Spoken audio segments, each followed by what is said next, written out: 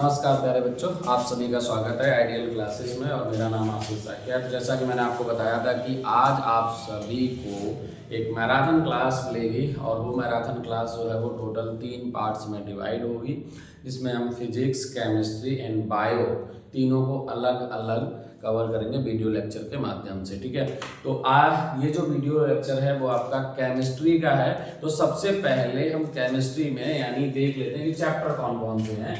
तो मैंने आपको पहले ही बताया था कि 3 अलग अलग वीडियो लेक्चर के माध्यम से हम पूरी क्लास को कवर करेंगे।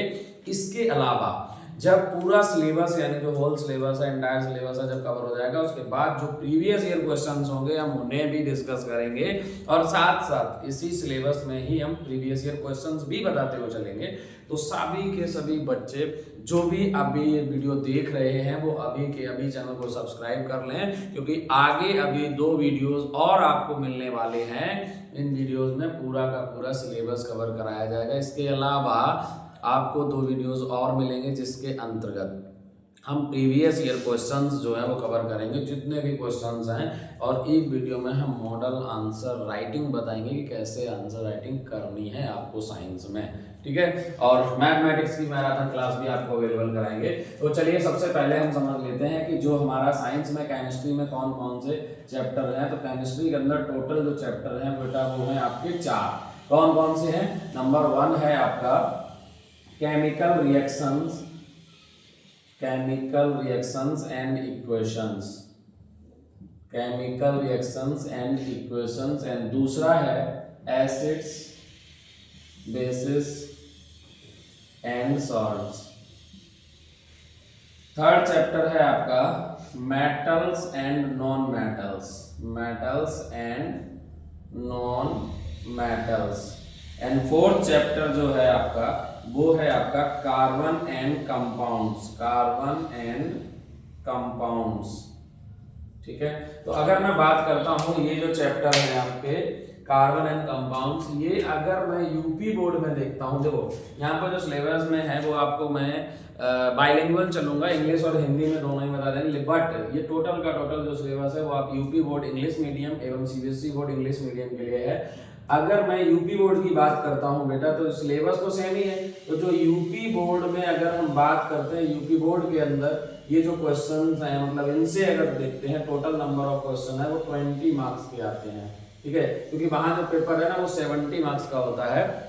और अगर सीबीएसई में बात करता हूं मैं तो वहां पे 80 मार्क्स का साइंस का पूरा पेपर होता है। तो जो अगर मैं सीबीएसई बोर्ड की बात करता हूं बेटा तो वहां पर जो आपका इससे आएगा वो 25 मार्क्स का आएगा। ठीक है, हाँ वहां भी 20 मार्क्स का ही आएगा, 25 मार्क्स का नहीं होगा, क्योंकि बायो 25 और आपका वो फिजिक्स 25 हो जाते हैं। दोनों में 20 मार्क्स का ही है, चाहे यूपी बोर्ड हो चाहे सीबीएसई बोर्ड का हो। तो 20 मार्क्स आपके लिए बहुत ही इंपॉर्टेंट है। और ये चैप्टर है आपके टोटल 4। ठीक है, कौन कौन से? Chemical reaction and equation, acid base and salts, metals and non metals and carbon and compounds. ठीक है, तो चलिए स्टार्ट करते हैं। अब 1 बाय 1 एक एक करके जो भी चैप्टर से इंपॉर्टेंट टॉपिक्स हैं वो सारे टॉपिक हम आपको क्लियर करते हुए चलेंगे। तो चलिए स्टार्ट करते हैं। अब आगे चलते हैं अपने पहले टॉपिक पर, और टॉपिक वही होंगे जो एग्जाम के पॉइंट ऑफ व्यू से इंपॉर्टेंट है। ठीक है, तो सबसे पहला जो हमारा टॉपिक है बेटा वो है आपका केमिकल रिएक्शन एंड इक्वेशन वाले चैप्टर से, वो है टाइप्स ऑफ केमिकल रिएक्शंस। ठीक है, आप समझ गए होंगे क्योंकि मैंने बाकी चीजें सारी स्किप कर दी। मैं वही चीज अब कराऊंगा जो आपके एग्जाम के पॉइंट ऑफ व्यू से इंपॉर्टेंट है।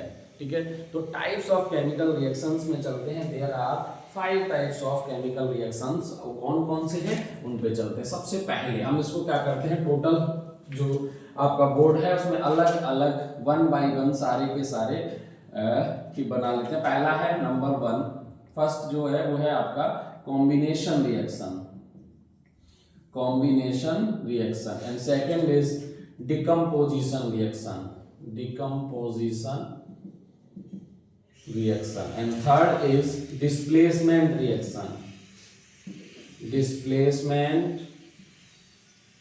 Reaction and fourth is double displacement reaction.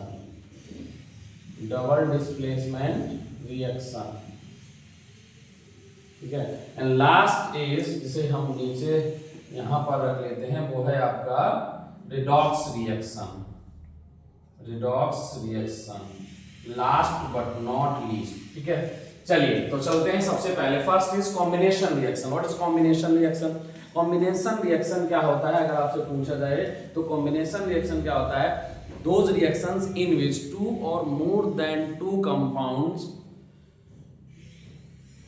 combine together to form a single substance। बहुत ही सिंपल सी डेफिनेशन है, लिख भी दूंगा मैंने क्या बोला है? Those reactions in which 2 or more than 2 substances react each other to form a single substance। यहाँ पर बहुत ही सिंपल है बेटा, जब दो या दो से अधिक रिएक्टेंट आपस में रिएक्ट करते हैं और एक सिंगल आपको क्या देते हैं? प्रोडक्ट देते हैं, तो बनेगा क्या? Combination reaction. मैंने क्या बोला? बहुत ही सिंपल है। दोज रिएक्शंस इन विच, अगर आपको इनके नोट्स चाहिए तो मैं आपको बता देता हूं कि हमारा टेलीग्राम चैनल है, इसका नाम है, आपको आइडियल क्लासेस के नाम से टेलीग्राम चैनल मिल जाएगा, जिसकी लिंक जो है वो इसी वीडियो में डिस्क्रिप्शन बॉक्स में जाएंगे तो वहां पर मिल जाएगी। तो मैं यहाँ पर जो चीज बोल रहा हूँ वो नहीं मिलेगा, तो इसके लिए मैं आपको नोट्स प्रोवाइड कर रहा हूँ, आप वहां से नोट्स ले सकते हैं। इसके अलावा अगर आपको कंप्लीट नोट्स चाहिए तो आइडियल क्लासेस ऐप पर भी है हमारे। ठीक है, कॉम्बिनेशन रिएक्शन क्या होता है? Those reactions in which 2 or more than 2 substance react each other to form a single substance। यानी कि एग्जांपल और A प्लस B, दो रिएक्टेंट है, रिएक्ट किया और बना दिया कोई सी प्रोडक्ट, तो ये कहलाएगा कॉम्बिनेशन रिएक्शन। फॉर एग्जांपल जैसे मान के चलो C प्लस O2, एरो बना दिया क्या? CO2। तो यहाँ पर क्या है? दो अलग अलग रिएक्टेंट है, प्रोडक्ट सिंगल आ रहा है, तो ये कहलाएगा कॉम्बिनेशन रिएक्शन। फॉर एग्जांपल जैसे आपको बहुत सिंपल सा एग्जांपल पढ़ा होगा कि अगर मैग्नीशियम रिबन को बर्न किया जाता है इन प्रेजेंस ऑफ ऑक्सीजन, तो क्या बनता है? मैग्नीशियम ऑक्साइड यानी MgO। तो बैलेंस केमिकल इक्वेशन लिखना है तो ये बन गया आपका 2MgO। ये क्या है? यहाँ पर देखो प्रोडक्ट की अगर मैं रिएक्टेंट की बात करूँ तो मोर देन 1 रिएक्टेंट है, यानी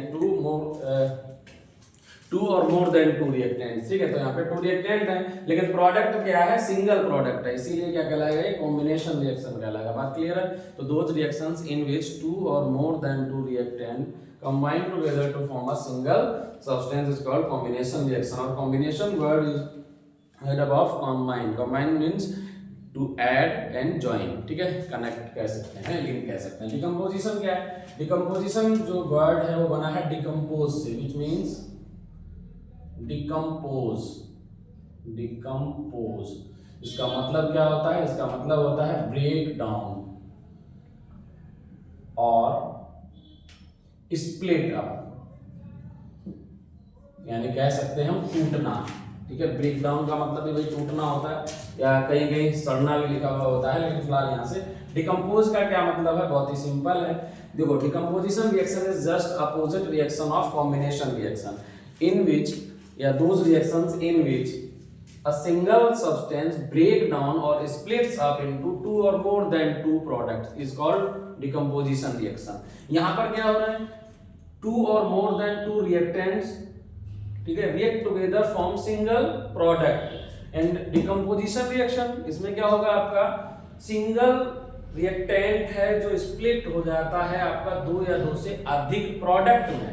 बात क्लियर है? तो उसे क्या बोला जाएगा? Decomposition reaction. फॉर एग्जांपल जैसे मान लो अगर कोई भी एक सिंगल प्रोडक्ट है, जैसे CaCO3 कैल्शियम कार्बोनेट, अगर मैं इसे हीट करता हूं तो ये क्या देगा? CaO plus CO2। तो ये जो रिएक्शन है इसके अंदर जो रिएक्टेंट है वो एक है, यानी सिंगल रिएक्टेंट है, एंड प्रोडक्ट क्या है? 2 और मोर देन 2 प्रोडक्ट। तो पॉइंट क्या है? डिकम्पोजिशन रिएक्शन क्या होता है? What is decomposition reaction? Those reactions in which a single reactant, इसमें एक सिंगल रिएक्टेंट है और वो क्या करेगा? फॉर्म 2 और मोर देन 2 रिएक्टर प्रोडक्ट्स। ठीक है, तो उसे कहलाएंगे क्या? Decomposition reaction. डिस्प्लेसमेंट रिएक्शन क्या होता है बेटा? डिस्प्लेसमेंट रिएक्शन की अगर हम बात करते हैं तो डिस्प्लेसमेंट से नाम से स्पष्ट है, इसका मतलब होता है डिस्प्लेस करना। डिस्प्लेस मतलब किसी को हटाना, रिमूव कर देना। तो यहाँ पर क्या होता है? Displacement reaction are those reactions in which a more reactive element displace a less reactive element from its compound is called displacement reaction. यहाँ पे मैंने क्या बोला कि अगर कोई भी डिस्प्लेसमेंट रिएक्शन में बोलते हैं, कहावत कही जाती है गाँव में, जिसकी लाठी उसकी भैंस, है ना। पावरफुल एलिमेंट है, पावरफुल इन द सेंस की रिएक्टिव एलिमेंट, और वो रिप्लेस करेगा किसी को, किसको, जो लेस रिएक्टिव एलिमेंट है उसके कंपाउंड से। फॉर एग्जांपल जैसे ए रिएक्ट करेगा किसके साथ, बी एक्स के साथ। यहाँ पर ए जो है अगर रिएक्टिव है तो वो इसको क्या करेगा, यहाँ से हटा देगा, तो आ जाएगा क्या, तो रिएक्ट जो प्रोडक्ट आएंगे वो आएगा ए एक्स प्लस बी। अब देखो इसको यहाँ से रिप्लेस कर दिया, खुद आ गया यहाँ पर। फॉर एग्जांपल जैसे अगर मान लो रिएक्ट कराते हैं Fe, इसकी रिएक्शन कराते हैं किसके साथ, CuSO4 के साथ, तो यहाँ पर क्या बनेगा, ये इसको हटा देगा और बनाएगा क्या, Fe प्लस FeSO4 और प्लस क्या आ जाएगा, Cu कॉपर। ठीक है, तो ये जो रिएक्शन है वो क्या है आपका, डिस्प्लेसमेंट रिएक्शन है। बात क्लियर है। तो डिस्प्लेसमेंट रिएक्शन के अंदर क्या होता है, डिस्प्लेसमेंट रिएक्शन में एक मोर रिएक्टिव एलिमेंट है जो डिस्प्लेस करेगा किसको, लेस रिएक्टिव एलिमेंट को उसके कंपाउंड से, तो ये कहलाएगा आपका डिस्प्लेसमेंट रिएक्शन। मैंने क्या बोला, those reactions in which a more reactive element remove a less reactive element from its compound is called displacement reaction। and double displacement reaction क्या होता है, बहुत ही सिंपल है। double displacement reaction में जो प्रोडक्ट फॉर्म होते हैं बेटा, those reactions in which products are formed by exchange of ions, exchange of ions। आप नोट भी कर सकते हैं वैसे तो अगर चाहो तो, ठीक है, अदरवाइज आप वीडियो को पॉज करके भी कर सकते हैं चीजें, है ना।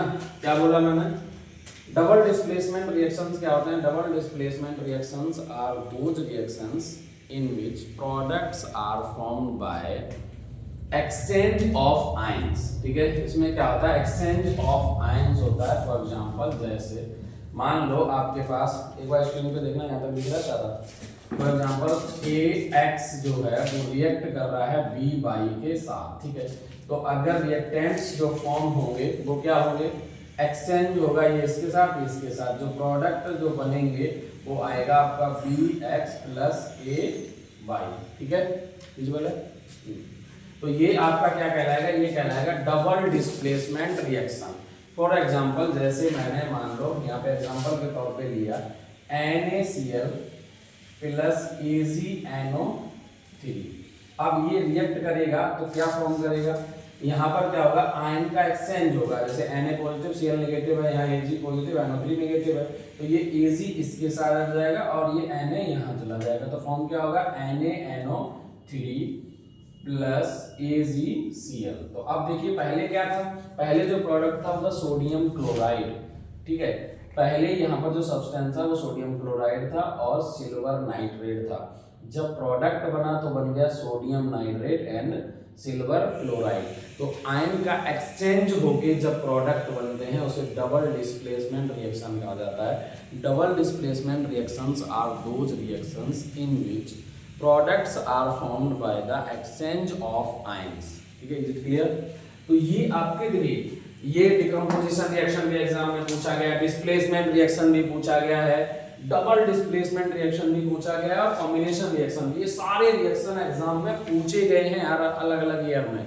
जब मैं आपको प्रीवियस ईयर क्वेश्चन की अलग से जब वीडियो लेक्चर लेके आऊंगा तो उसमें आपको बताऊंगा कि यही चीज ऐसे है, कुछ और नहीं है। वहां पर भी तो क्वेश्चन आएगा तो उस क्वेश्चन को लिखेंगे, तो कुछ और नहीं है। यही चीज आपसे 1-2 नंबर में पूछी जा सकती है, या फिर पूरे में अगर टाइप पूछेगा एक लॉन्ग क्वेश्चन में तो आपसे ऐसे पूछ लेगा, या फिर हो सकता है कि एग्जांपल दे उसमें आपसे पूछा जाए। जैसे एक में क्वेश्चन पूछा गया था, मैंने आपको बताया था इस तरीके से एक दिया था एक क्वेश्चन ये टाइप से, और पूछा गया था कौन सा जो type of reaction chemical reaction है, तो वहाँ ऑप्शन में आपको मिला combination reaction, decomposition, double displacement, displacement. तो अब आपको पहचानना पड़ेगा कि क्या हो रहा है। तो बस वही चीज है कि अगर कॉम्बिनेशन रिएक्शन होगा बेटा तो आप ध्यान रखना 2 और मोर देन 2 रिएक्टेंट होंगे और सिंगल प्रोडक्ट आता है तो कॉम्बिनेशन होगा। डिकम्पोजिशन में क्या होगा, सिंगल रिएक्टेंट होगा वो ब्रेक डाउन हो जाएगा 2 और मोर देन 2 प्रोडक्ट में। डिस्प्लेसमेंट में क्या होगा, डिस्प्लेसमेंट में कोई एक जो है एलिमेंट है वो डिस्प्लेस कर देगा, रिमूव कर देगा उसके कंपाउंड से, तो वो डिस्प्लेसमेंट। और जब आयन का एक्सचेंज होता है तो उसे बोलते हैं डबल डिस्प्लेसमेंट। अब मोस्ट इंपॉर्टेंट है रिडॉक्स रिएक्शन। तो रिडॉक्स जो वर्ड है वो 2 वर्ड से मिलकर बना है। अगर हम रिडॉक्स को अगर आगे बढ़ाते हैं तो रिडॉक्स का मतलब होता है बेटा यहाँ पे रेड एंड ऑक्स। इसका क्या मतलब है, एक ये जो रेड है वो रिप्रेजेंट कर रहा है रिडक्शन को, किसको कर रहा है, reduction, and ox means oxidation. तो ये जो रिडक्शन और ऑक्सीडेशन रिएक्शन है इन दोनों से मिलकर बना है रिडॉक्स रिएक्शन, ठीक है। तो रिडॉक्स रिएक्शन में गलत नहीं है, यानी रिडक्शन एंड ऑक्सीडेशन दो रिएक्शन को मिलाकर बना है रिडॉक्स। Is it clear? कई बुक में क्या होता है कि 6 टाइप बोलते हैं, 6 टाइप के केमिकल रिएक्शन है, तो वहां पर क्या होता है वो रिडक्शन और ऑक्सीडेशन दोनों को अलग अलग करके बना देते हैं, तो 6 टाइप हो जाते हैं। अदरवाइज वही आपके टोटल अगर मैं टाइप्स की बात करता हूं तो ये 5 टाइप्स हैं, ठीक है। तो रिडॉक्स में आता है रिडक्शन एंड ऑक्सीडेशन। तो ऑक्सीडेशन रिएक्शन क्या होता है, बहुत ही सिंपल है, एडिशन ऑफ ऑक्सीजन और removal of hydrogen is called oxidation. Addition of oxygen or removal of hydrogen is called oxidation, and reduction is just opposite of oxidation. यहाँ पर क्या रहा, एडिशन ऑफ ऑक्सीजन, तो यहाँ पर आएगा एडिशन ऑफ हाइड्रोजन और removal of oxygen is called reduction. Is it clear? क्या बोल रहा हूं मैं, रिडॉक्स रिएक्शन क्या होता है जिसमें एडिशन ऑफ ऑक्सीजन हो और इसके अंदर क्या हो, रिमूवल ऑफ हाइड्रोजन हो, तो ये कहलाएगा क्या आपका ऑक्सीडेशन रिएक्शन, ठीक है। तो ऑक्सीडेशन में क्या होता है, ऑक्सीडेशन में रिमूवल ऑफ हाइड्रोजन होता है और एडिशन ऑफ ऑक्सीजन होता है। अगर मैं यहाँ पे बात करूँ रिडॉक्स के अंदर, तो यहाँ पर एडिशन ऑफ हाइड्रोजन होगा, रिमूवल ऑफ ऑक्सीजन होगा। कोई एक एग्जांपल भी लेते हैं रिडॉक्स का, जैसे अगर मान लो एक साथ अगर मुझे लेना हो तो Cu प्लस O2 है, अगर ये फॉर्म करेंगे तो ये बना देगा CuO। तो आप देख रहे हैं यहाँ पे जो कॉपर है उसके साथ ऑक्सीजन ऐड हो रही है, वैसे बैलेंस करोगे तो 2 से मल्टीप्लाई कर दो, यहाँ भी 2 से, तो ऑक्सीजन ऐड हो रही है, इसीलिए कहलाएगा कौन सा, ऑक्सीडेशन रिएक्शन।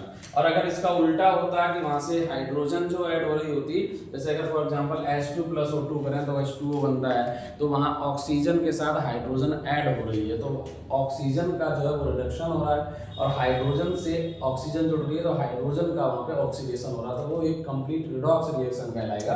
तो बस यही चीज याद रखना कि रिडॉक्स रिएक्शन क्या होता है, those reactions in which, redox reaction की अगर मैं बात करता हूँ, in which reduction and oxidation take place together, ठीक है, जहां पर एक साथ रिडक्शन और ऑक्सीडेशन होता है। तो अब बात करते हैं रिडक्शन क्या है, तो रिडक्शन क्या होता है, the addition of oxygen and removal of hydrogen is called oxidation. And reduction reaction की अगर मैं बात करता हूं तो क्या होगा, एडिशन ऑफ हाइड्रोजन और रिमूवल ऑफ ऑक्सीजन, ये कहलाएगा आपका रिडक्शन। तो आई होप आपको combination reaction, decomposition, displacement, double displacement and redox reaction जो है वो क्लियर हुआ होगा। अब चलते हैं इसमें इंपॉर्टेंट 2 टॉपिक और हैं, ठीक है, वो क्या है, अक्सर कर एग्जाम में पूछा जाता है बेटा, एक आता है बहुत ही इंपॉर्टेंट टॉपिक है जो इस पे 1 नंबर में क्वेश्चन कई बार आया है, एक आता है कोरोजन और दूसरा आता है रेंसिविटी, ठीक है, और ये दोनों ही इंपॉर्टेंट हैं, ठीक है। तो इस टॉपिक में जो अगर मैं बात करूं पहले चैप्टर में, ये type of chemical reaction important है और दूसरा आता है बैलेंसिंग करना। तो बैलेंसिंग मैंने आपको पहले एक वीडियो लेक्चर में अच्छे से सिखा रखा है कि कैसे किसी केमिकल रिएक्शन को बैलेंस करते हैं, ठीक है। तो बैलेंस करना हमेशा आएगा और ये चीज ध्यान रखना, वो मैंने आपको पहले ही लाइव क्लास में भी करवाया था, इसके अलावा भी। चलिए अब मैं बात करता हूं 2, एक है आपका कोरोजन और दूसरा है एक रेंसिविटी। क्या है, रेंसिविटी। एक मैंने बोला क्या, कोरोजन और दूसरा है रेंसिविटी। तो अगर मैं बात करता हूं कोरोजन का, तो बहुत ही ज्यादा अक्सर कर एग्जाम में ये कोरोजन पूछा गया कई बार। रेंसिविटी में कई बार पूछा जाता है प्रिवेंशन ऑफ रेंसिविटी, यानी इसको प्रिवेंट कैसे करते हैं, रोकते कहते हैं, वो भी कोरोजन का भी पूछा जाता है। तो कोरोजन होता क्या है, बहुत ही सिंपल, अक्सर कर आपने देखा होगा जैसे आयरन मेटल वगैरह हो, अगर वो ओपन पड़ी रहती है सॉरी, तो उसमें क्या होता है कि जो एटमॉस्फेयर के अंदर एयर होती है, जो मॉइस्चर है, नमी है, उसके कारण वो क्या हो जाती है, उस पर एक रेड ब्राउन कलर की लेयर जम जाती है, जिसे रस्टिंग ऑफ आयरन कहते हैं। तो जो रस्टिंग ऑफ आयरन है वही आपका कुछ नहीं है, वो कोरोजन ही एक प्रोसेस होती है। क्या है कोरोजन, बहुत ही सिंपल है, द फिनोमिना, डेफिनेशन ये नोट कर लेना आप, इंपॉर्टेंट है, the phenomena due to air, water, chemicals present in atmosphere, present in atmosphere, metals eaten up or eaten by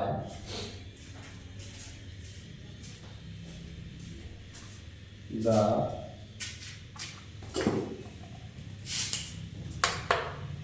reaction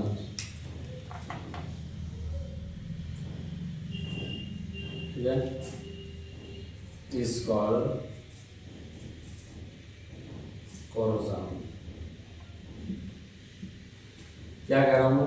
the phenomena due to air, water and chemicals present in atmosphere, जिसके कारण क्या होती है, metals eaten by the reactions is called corrosion. उसे क्या कहा जाता है? कोरोजन कहा जाता है। फॉर एग्जांपल जैसे हम लेते हैं rusting of iron, rusting of iron, लोहे में जंग लगना। तो जो रस्टिंग ऑफ आयरन है, उस रस्टिंग ऑफ आयरन की अगर मैं बात करता हूं तो उसमें एक लेयर जमती है जो कि कैसी होती है, रेड ब्राउन कलर की, हम कह सकते हैं रेड ब्राउन कलर। तो जो रेड ब्राउन कलर की लेयर होती है और वो किसकी होती है, वो होती है Fe2O3 की, ठीक है, फेरिक ऑक्साइड की। तो ये जो लेयर होती है इसके कारण ही, यानी Fe2O3 के कारण ही यही होता है रेड ब्राउन कलर की, इसको रस्ट कहा जाता है। तो क्या बोला जाता है? इसको बोला जाता है रस्ट, जंग, ठीक है।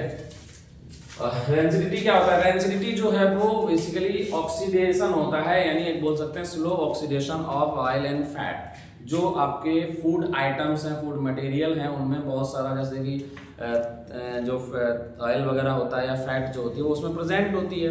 अब वो उसमें ऑक्सीडेशन होता रहता है। जैसे आप कभी खाना है खुला छोड़ दो गर्मियों में, तो देखते हो उसकी जो स्मेल है वो चेंज हो जाती है, उसका टेस्ट जो है, स्वाद जो है वो बदल जाता है। यही प्रोसेस कहलाती है रेंसिडिटी, और ये बहुत इंपॉर्टेंट प्रोसेस है और बहुत बार एग्जाम में पूछी भी गई है ना, तो कर लेते हैं इसको भी। तो रेंसिडिटी क्या है? रेंसिडिटी है slow oxidation, slow oxidation of oil, fat present in food, marker कैसे करोगे सब, इन तीनों डाल दिए, फूड मटेरियल,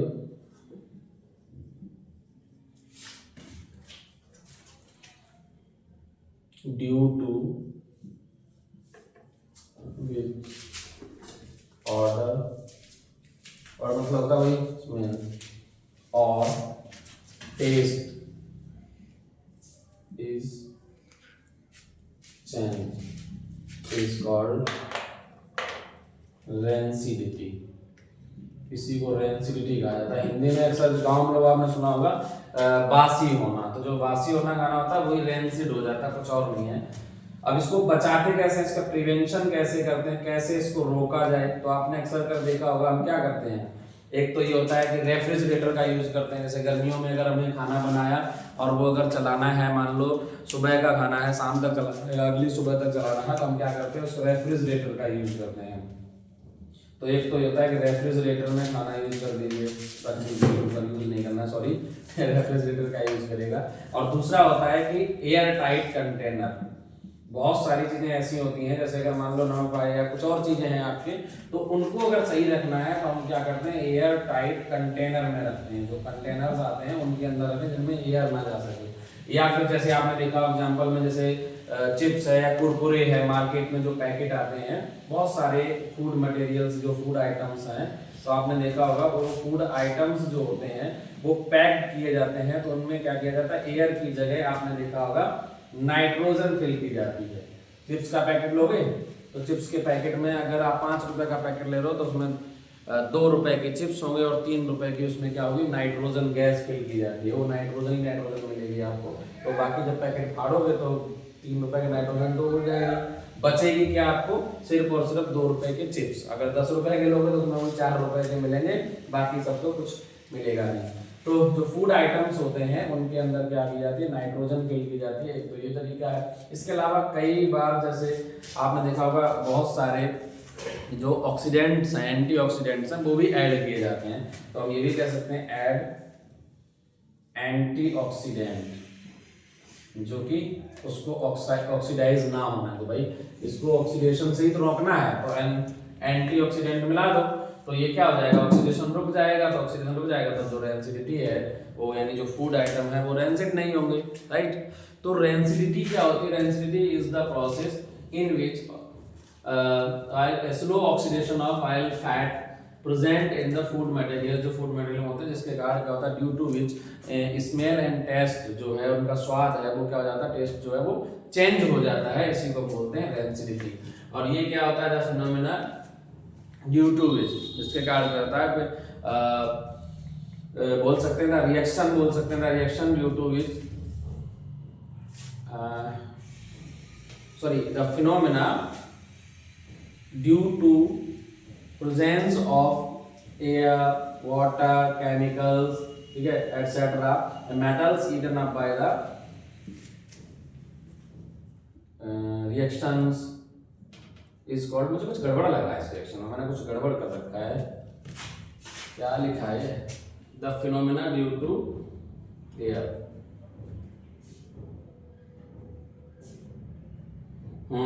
इसमें गड़बड़ है।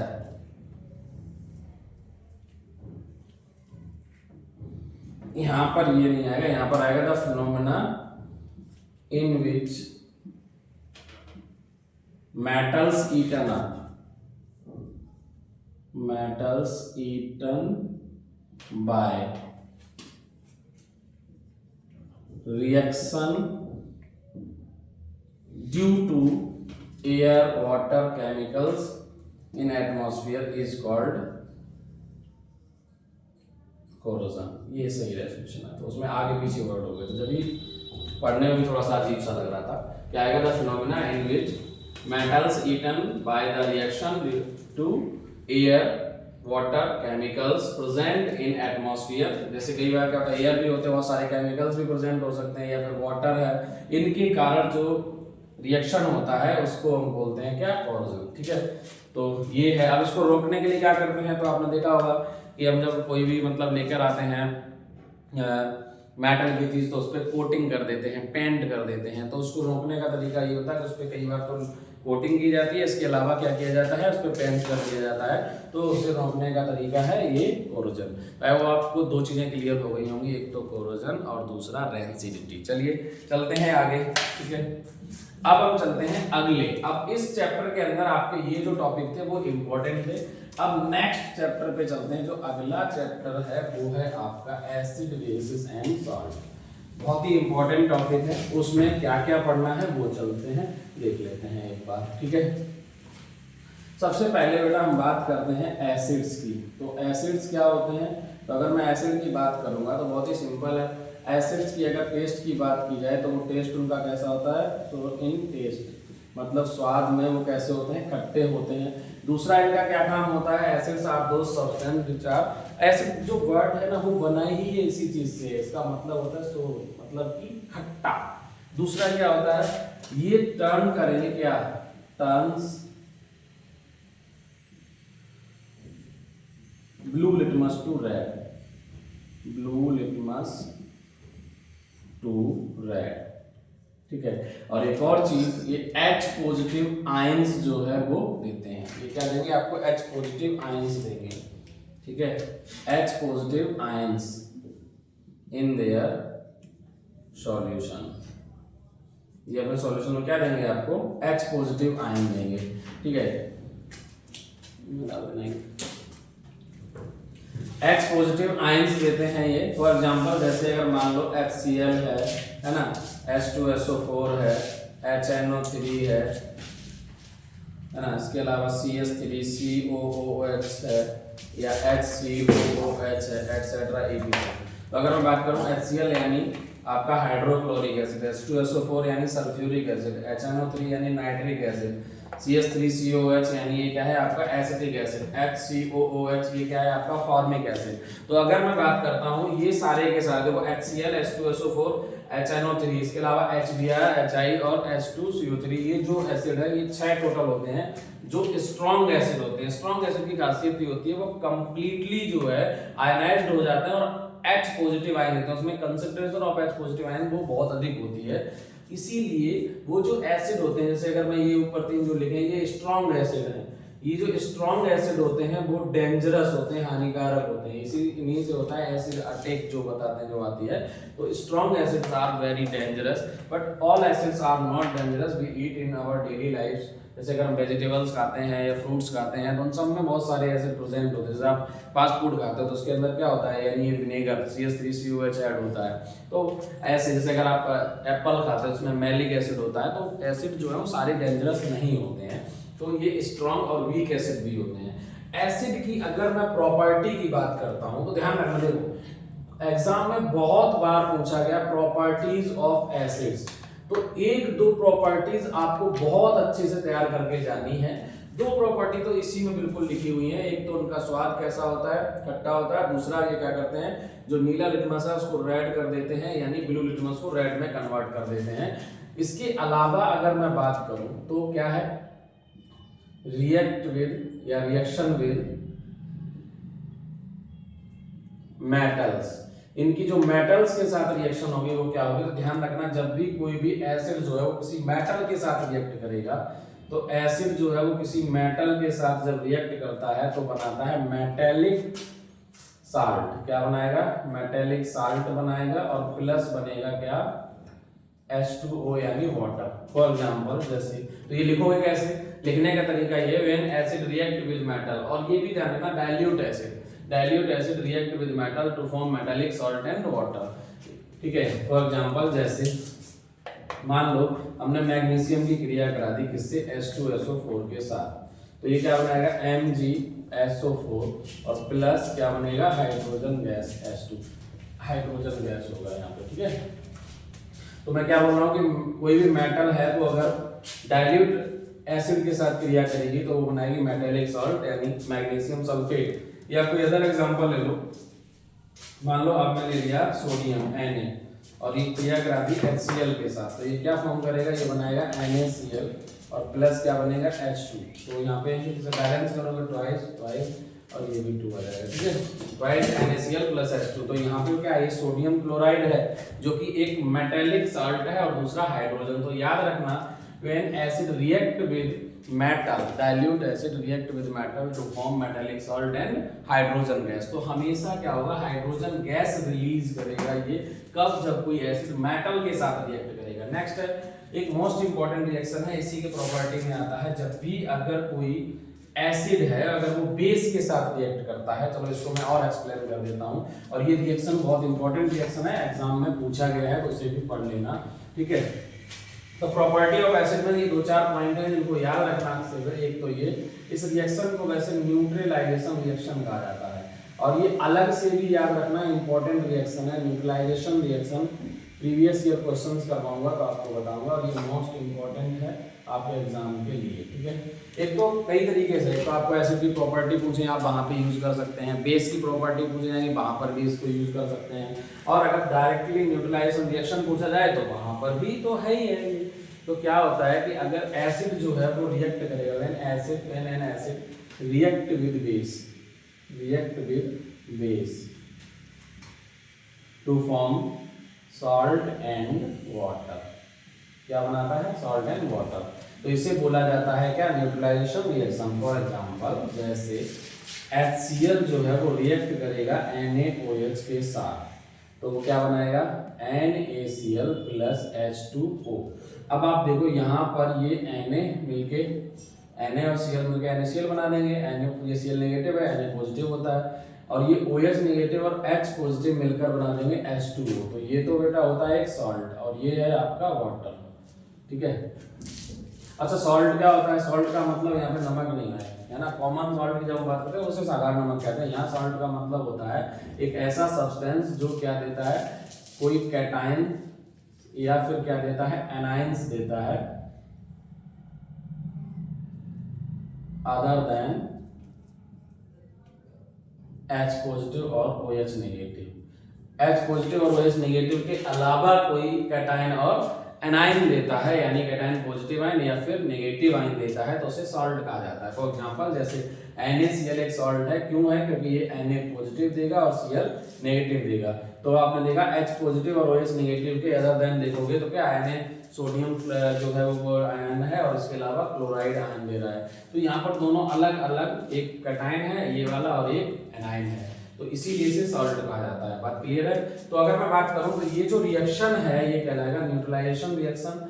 ये इंपॉर्टेंट इसलिए बन जाता है क्योंकि आपका एसिड वाली प्रॉपर्टी में भी यूज हो जाएगा, बेस में भी हो जाएगा, इसके अलावा डायरेक्ट रिएक्शन अगर पूछा जाए न्यूट्रलाइजेशन रिएक्शन तो वहां पर भी इसका प्रयोग हो जाएगा। ठीक है भाई, चलिए चलते हैं आगे। ठीक है बेटा, अब मैं बात कर लेता हूं, बहुत बार एग्जाम में पूछा जाता है, एक नेचुरल इंडिकेटर पूछा जाता है ना? क्या होता भाई इंडिकेटर? अगर मैं बात करूं इंडिकेटर की तो ध्यान रखना, सबसे पहली चीज मैं बोल रहा हूं कि भाई नेचुरल इंडिकेटर, बात तो सिर्फ इंडिकेटर से ही शुरू होती है ना? लेकिन वो बात कर रहा है, क्योंकि नेचुरल इंडिकेटर बहुत एग्जाम में पूछा जाता है। इंडिकेटर क्या होते हैं? बहुत सिंपल है। इंडिकेटर्स आर दो सब्सटेंस, ये वो पदार्थ होते हैं सब्सटेंसेस जिनके अंदर क्या होता है, एक तो जैसे कलर एंड दूसरा क्या होता है, स्मेल हो सकती है, इसके अलावा या टेस्ट हो सकता है। ठीक है, ये क्या होते हैं, चेंज होते हैं, बदल जाते हैं इन एसिडिक और बेसिक सॉल्यूशन में। ठीक है, आप अगर इन्हें अलग अलग सॉल्यूशंस के साथ रखोगे तो इनका जो कलर है या स्मेल है फिर टेस्ट है वो जो है बदल जाता है, इसीलिए इन्हें बोला जाता है इंडिकेटर्स कहा जाता है। पॉइंट है कि नेचुरल इंडिकेटर क्या होता है, देखो इंडिकेटर डेफिनेशन नहीं पूछेगा बट नेचुरल इंडिकेटर कौन कौन सा ये लेक्चर पूछ देता है। जैसे बहुत बार एग्जाम्पल से टर्मरिक है, उसका रिएक्शन किसके साथ होगा, एसिडिक सॉल्यूशन में कौन सा कलर आएगा, बेसिक में कौन सा कलर आएगा, या फिर जो आपका रेड कैबेज है उसकी जो लीव्स से जूस बनता है उसमें कौन सा कलर आएगा, या फिर लिटमस है, ये सब नेचुरल इंडिकेटर है। तो नेचुरल इंडिकेटर के नाम ही स्पष्ट, जैसे उसने बोला कि नेचुरल है, तो नेचुरल इंडिकेटर क्या होता है बेटा, जो प्रकृति में प्रेजेंट हो नेचर में तो उसे नेचुरल कहा जाता है। तो नेचुरल इंडिकेटर में आता है एक टर्मरिक, हल्दी, इसे हल्दी कहा जाता है। ठीक है, तो अगर टर्मरिक की बात करूं तो यहाँ पर दो चीजें हैं, इसका बेसिकली जो नेचुरल कलर होता है वो आपको पता है येलो कलर होता है, इसका पीला कलर होता है। अब बात करते हैं कि भाई एसिड में कौन सा कलर आएगा और बेस में कौन सा कलर आएगा। तो बहुत सिंपल है, आपने देखा होगा कि जब आप घर में पूजा पाठ कराते हो तो पंडित जी क्या करते हैं, या अभी तो घर में हमारी जो बहनें वगैरह हैं वो भी सब यूज करती हैं। आप लोग जब रक्षाबंधन पे जब राखी बांधते हो या भैया दूज पे दूज खिलाते हो तो आपने देखा हो क्या करते हो, आप हल्दी रखते हो और हल्दी में थोड़ा सा चूना मिलाते हो। तो जैसे चूना मिलाते हो उसका कलर जो है वो चेंज हो जाता है। हालांकि आप कह सकते हैं कि मैंने चूना लगाने के लिए चूना लगाती, पर ऐसा कुछ नहीं है। वो तिलक लगाने के लिए उसे रेड कलर का करना होता तो लगाती। क्यों होता है ऐसा, उसका पीछे एक पॉइंट है, क्योंकि जो चूना होता है CaO, ये है कैल्शियम ऑक्साइड, कैल्शियम एक मेटल है और ये कैल्शियम ऑक्साइड है, तो इसीलिए ध्यान रखना कभी भी ये एक बेस होता है। ठीक है, और एक चीज और बता देता हूं कि कोई भी ऑक्साइड्स और या हाइड्रोक्साइड जो होते हैं, oxide and hydroxides of metal, किसी भी मेटल के कितने भी कोई मेटल हो और मेटल्स के जो ऑक्साइड एंड हाइड्रोक्साइड जो होते हैं वो बेस होते हैं। क्या होते हैं, बेस होते हैं। तो जब आप बेस को मिलाते हो, मैंने बोला ना कि आप चूना मिलाते हो, जब चूना मिलाते हो किसमें, टर्मरिक के साथ, तो उसका कलर क्या आता है, तो सभी को पता है भाई, आप तो सबको पता ही चल गया, रेड कलर आता है। तो यहाँ पर बेस में जो हल्दी का कलर होता है वो रेड कलर होता है। लेकिन अगर मैं एसिड में बात करूं तो एसिड में उसका कलर जो है येलो ही रहता है, पीला ही रहता है। ठीक है, अगर हम चाहें, आप चाहो तो अगर इसे प्रैक्टिकली भी देख सकते हो, बहुत ही सिंपल है। और उसमें से जाना, उसमें से ग्लास लेके आओ और हल्दी वहां रख के वो लेके आओ, उसमें रैक में खोलना उधर पीछे की तरफ उसमें। ठीक है, चलो अभी मैं आपको दिखा भी दूंगा। फिलहाल चलते हैं अपने आगे के टॉपिक पे। ये तो था भाई कि अगर टर्मरिक है, हल्दी है, उसमें कलर इस तरीके से हो जाएगा। नेक्स्ट अगर हम बात करेंगे जैसे लिटमस है, तो लिटमस जो है वो भी नेचुरल इंडिकेटर होता है। और अगर हम बात करें इसमें कलर कैसा आएगा, इसमें एसिडिक में कैसा कलर देगा, ठीक है, और बेसिक में कैसा कलर देगा, ठीक है, बेस में कैसा कलर आएगा।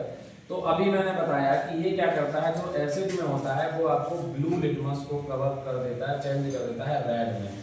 ठीक है। और अगर बेस में जाओगे तो ये रेड को क्या बना देगा, रेड को बना देगा ब्लू। अगर रेड कलर का लिटमस पेपर है तो उसका कलर चेंज होकर कैसा हो जाएगा, ब्लू कलर हो जाएगा, नीला हो जाएगा। ठीक है। हाँ, गिलास ले आना, हल्का सा थोड़ा सा उसमें पानी, चूना भी होगा, ये पन्नी डाला होगी, पॉलीथीन लेके आ जाओ। हाँ ठीक है, तो ध्यान से समझो जरा। तो लिटमस क्या करेगा, लिटमस जो है ब्लू लिटमस को रेड कर देगा, और अगर उसे बेस में मिलाओगे तो वो रेड को ब्लू कर देगा। तो ये भी याद रखना। इसके अलावा अब मैंने एक चीज और इंडिकेटर बताया जिसे हम बोलते हैं रेड कैवेज। कैवेज कहते हैं उसको, क्या बोलते हैं।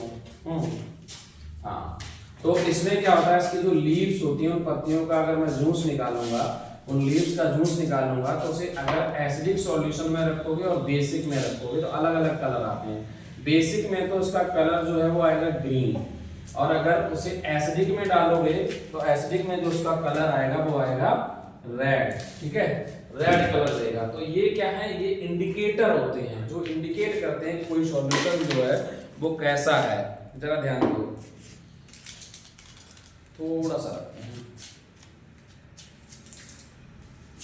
जैसे ये हमारे पास क्या है, पानी, कांच का गिलास, उसमें थोड़ा सा पानी, अगर हम इसमें थोड़ी सी हल्दी मिला दें, लो इसमें हमने ये टर्मरिक पाउडर मिला दिया। ठीक है, अब अगर मैंने इसमें हल्दी मिला दी तो ये हो गया, देखो पीला पीला कलर आ गया, ये हल्दी है। अब इसी में अगर मैं थोड़ा सा मिला देता हूँ कैल्शियम ऑक्साइड, इसमें से निकालना, चूना रखा होगा भी।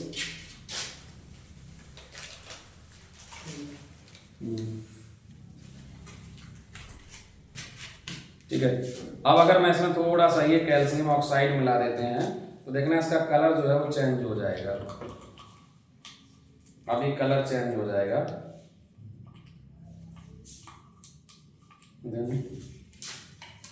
ठीक है, मैं इसमें ये चूना मिला रहा हूं। ठीक है, जैसे इसमें चूना मिलाएंगे ना, इसका कलर देखना ऑटोमेटिक बदल जाएगा।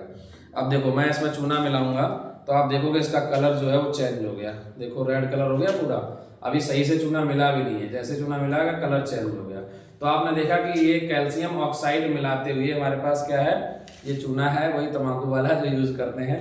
तो इसका कलर देखो चेंज हो गया, और कलर कैसा हो गया, रेड कलर हो गया। तो यही चीज मैं आपको बताने वाला था, वो ये कि भाई अगर इन्हें, इसीलिए इसे क्या बोला जाता है, इसे बोला जाता है नेचुरल इंडिकेटर। तो जो टर्मरिक है वो आपका एक क्या है, नेचुरल इंडिकेटर है कि अगर इसमें आप बेस मिलाओगे तो उसका रेड कलर हो जाएगा, और अगर एसिडिक सॉल्यूशन मिलाओगे तो उसका येलो कलर रहेगा। अगर मेरे पास भी नींबू अवेलेबल होता है, हालांकि एसिड वगैरह भी है, क्योंकि हमें प्रैक्टिकल अभी नहीं कराना है, हमें तो आपको बस पढ़ाना है आगे। तो एक चीज मैंने आपको करके जो बता दिया वो नेचुरल था, जो कि बिल्कुल अवेलेबल था हमारे पास, तो मैंने दिखा दिया। चलिए चलते हैं बेटा आगे। ठीक है, तो अब ये तो हो गया भाई नेचुरल इंडिकेटर। अब हम चलते हैं कुछ जो इंपॉर्टेंट है इस चैप्टर में, वो ये है कि सम इंपॉर्टेंट कॉमन सॉल्ट। ठीक है, इंपॉर्टेंट सॉल्ट्स, कुछ ऐसे सॉल्ट हैं जो आपके एग्जाम में बहुत बार पूछे गए हैं, और यानी वो एग्जाम के पॉइंट ऑफ व्यू से इंपॉर्टेंट है, उन पे चल लेते हैं। एक चीज और इंपॉर्टेंट है, जैसे आगे हम कवर करेंगे अभी इसी में, तो कुछ सॉल्ट हैं उन पे चल लेते हैं। पहले इंपॉर्टेंट सॉल्ट पे यहाँ पे मैंने कुछ लिस्ट बना के रख रखी है, वो इसलिए ताकि कहीं कोई भी चीज़ जो है वो स्किप ना हो जाए, है ना। हमारे पास अभी स्मार्ट बोर्ड की फैसिलिटी तो नहीं है कि जो हम स्लाइड बना के पहले से सारी चीज़ें रेडी रखें। तो जब हम कराते हैं, पढ़ाते समय बोर्ड पे लिखना, तो कई बार माइंड से कोई चीज़ स्लिप हो जाती है, और हम बिल्कुल भी नहीं चाहते हैं कि कोई इंपॉर्टेंट चीज़ जो है, इंपॉर्टेंट टॉपिक जो है वो आपकी मैराथन क्लास में छूट जाए, तो फिर फायदा ही क्या है इस मैराथन क्लास का। तो इसलिए मैंने कुछ चीज़ें नोट डाउन की हैं जिनको, ताकि कोई भी चीज छूटे ना। तो चलिए आप चलते हैं सम इंपॉर्टेंट सॉल्ट्स। ठीक है, इसमें से क्वेश्चन हर बार पूछे गए हैं, और आने के चांसेस इस बार भी हैं पूरे और पूछे जाएंगे। जैसे एक एग्जांपल के तौर पे मान, सबसे पहला जो है वो है आपका NaCl। तो बेटा NaCl जो होता है इसे बोला जाता है कॉमन सॉल्ट। इसे क्या बोला जाता है, कॉमन सॉल्ट, साधारण नमक। ठीक है, या इसी को डोमेस्टिक सॉल्ट भी कह सकते हैं। अब इसको अगर बनाने की बात की जाए कि कोई अगर आपसे पूछे इसका प्रिपरेशन कैसे किया जाता है, भाई कैसे इसे बनाया जाता है, तो इसका जो प्रिपरेशन किया जाता है, इसे कैसे बनाते हैं, तो ध्यान रखना, इसको बनाने का जो तरीका होता है वो क्या होता है, बहुत ही सिंपल है। जब आप हाइड्रोक्लोरिक एसिड को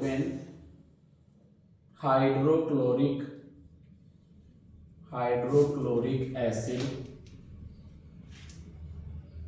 रिएक्ट विद सोडियम हाइड्रोक्साइड, ठीक है।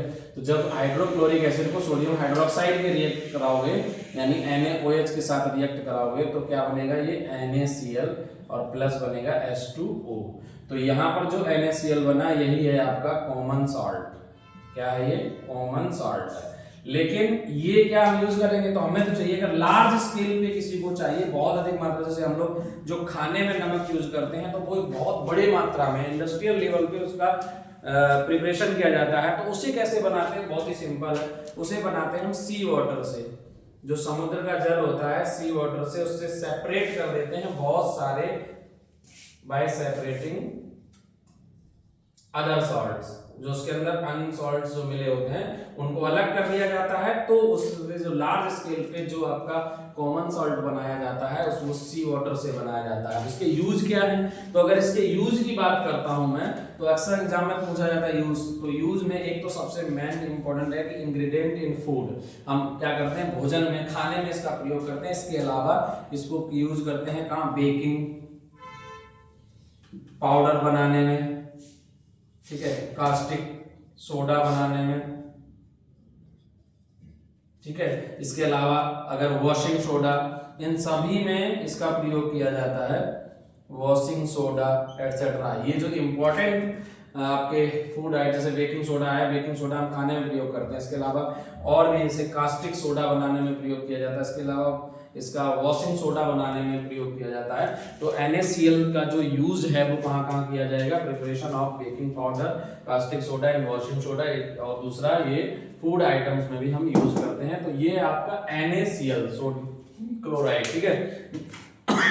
सॉरी, नेक्स्ट चलते हैं अगला इंपॉर्टेंट। अब आपके पास जो ये सारे हैं, कास्टिक सोडा भी आपके सिलेबस में है, बेकिंग सोडा भी आपके सिलेबस में है, और वॉशिंग सोडा भी आपके सिलेबस में है, ठीक है। तो हम चलते हैं अब आगे।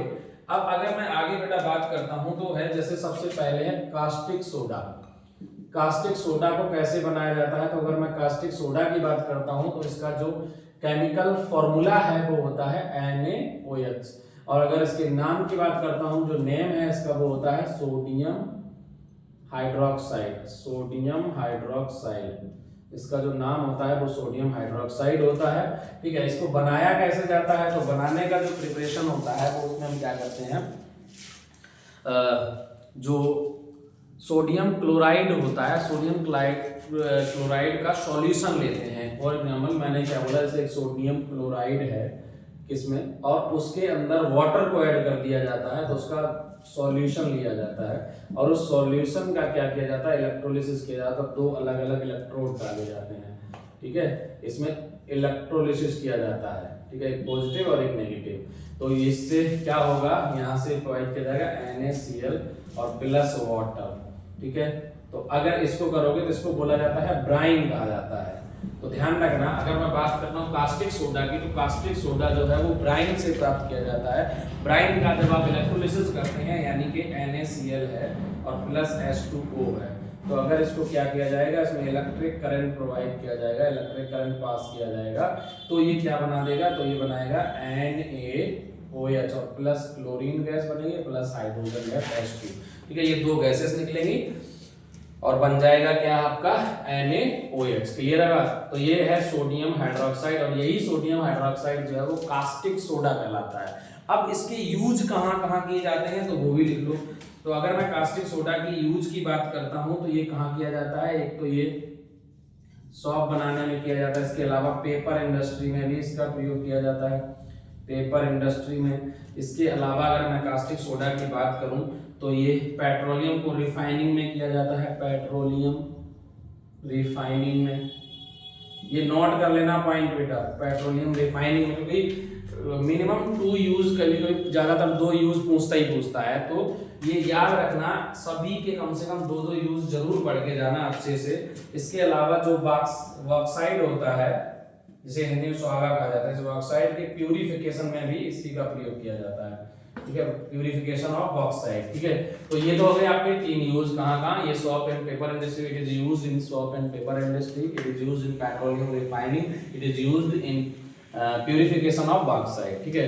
तो इनमें प्रयोग किया जाएगा कास्टिक सोडा का। तो कास्टिक सोडा क्या है? कास्टिक सोडा होता है सोडियम हाइड्रोक्साइड, इसका जो केमिकल फॉर्मूला है वो है NaOH। और इसको बनाते कैसे हैं? तो बनाने का तरीका होता है कि सोडियम क्लोराइड का जो सॉल्यूशन है, it is called when sodium chloride added in water, जब इसमें जल मिलाया जाता है और सॉल्यूशन तैयार किया उसको ब्राइन कहा जाता है। तो व्हेन क्या कहते हैं, when electricity passed in brine it forms form sodium hydroxide और कास्टिक सोडा, इसी को कास्टिक सोडा कहा जाता है। तो कास्टिक सोडा कैसे बनेगा? जब आप NaCl और H2O दोनों को जल का जो सॉल्यूशन है यानी ब्राइन है उसमें इलेक्ट्रिक करंट पास करोगे तो बना देगा NaOH। क्लियर है बात? चलिए, तो यहाँ तक मुझे लग रहा है आपको चीजें क्लियर हुई होंगी। आप चलते हैं आगे, ठीक है। तो धीरे धीरे हम चैप्टर में आगे बढ़ते चले जा रहे हैं और कवर करते चल रहे हैं सारे के सारे टॉपिक। चलिए अब चलते हैं बेटा आगे, थोड़ा सा स्पीड और बढ़ानी पड़ेगी हमें। तो नेक्स्ट है आपका बेकिंग सोडा, अगला है बेकिंग सोडा। तो बेकिंग सोडा आपने खूब सुना होगा, ऐसे बोलते हैं खाने का सोडा। तो बेकिंग सोडा का जो फॉर्मूला होता है वो होता है NaHCO3 और इसका जो नाम की अगर मैं बात करता हूं तो वो होता है सोडियम हाइड्रोजन क्लोराइड कह सकते हैं या sodium bicarbonate, sorry hydrogen carbonate ना कि हाइड्रोजन क्लोराइड, सोडियम कार्बोनेट, ठीक है, सोडियम बाइकार्बोनेट। अब इसको बनाते कैसे हैं, इसका मेथड क्या है, प्रिपरेशन कैसे किया जाता है? तो इसको बनाने का जो तरीका है, प्रिपरेशन यानी बनाने का तरीका, तो कैसे बनाया जाएगा? इसको बनाने के लिए हम क्या करते हैं, जो ब्राइन होता है यानी NaCl, ठीक है, NaCl और H2O, इसे बोला जाता है ब्राइन, ठीक है, इसे क्या बोलते हैं? ब्राइन। अब इसमें क्या करोगे, CO2 गैस प्लस क्या करोगे, NH3 यानी अमोनिया गैस जब प्रवाहित की जाती है तो ये बनाता है क्या, NH4Cl और प्लस बनाएगा NaHCO3। क्या बनाएगा? NaHCO3। जो NH4Cl है उसे कहा जाता है, इस NH4Cl को कहा जाता है अमोनियम क्लोराइड और ये जो NaHCO3 है यही है आपका बेकिंग सोडा। क्या है ये?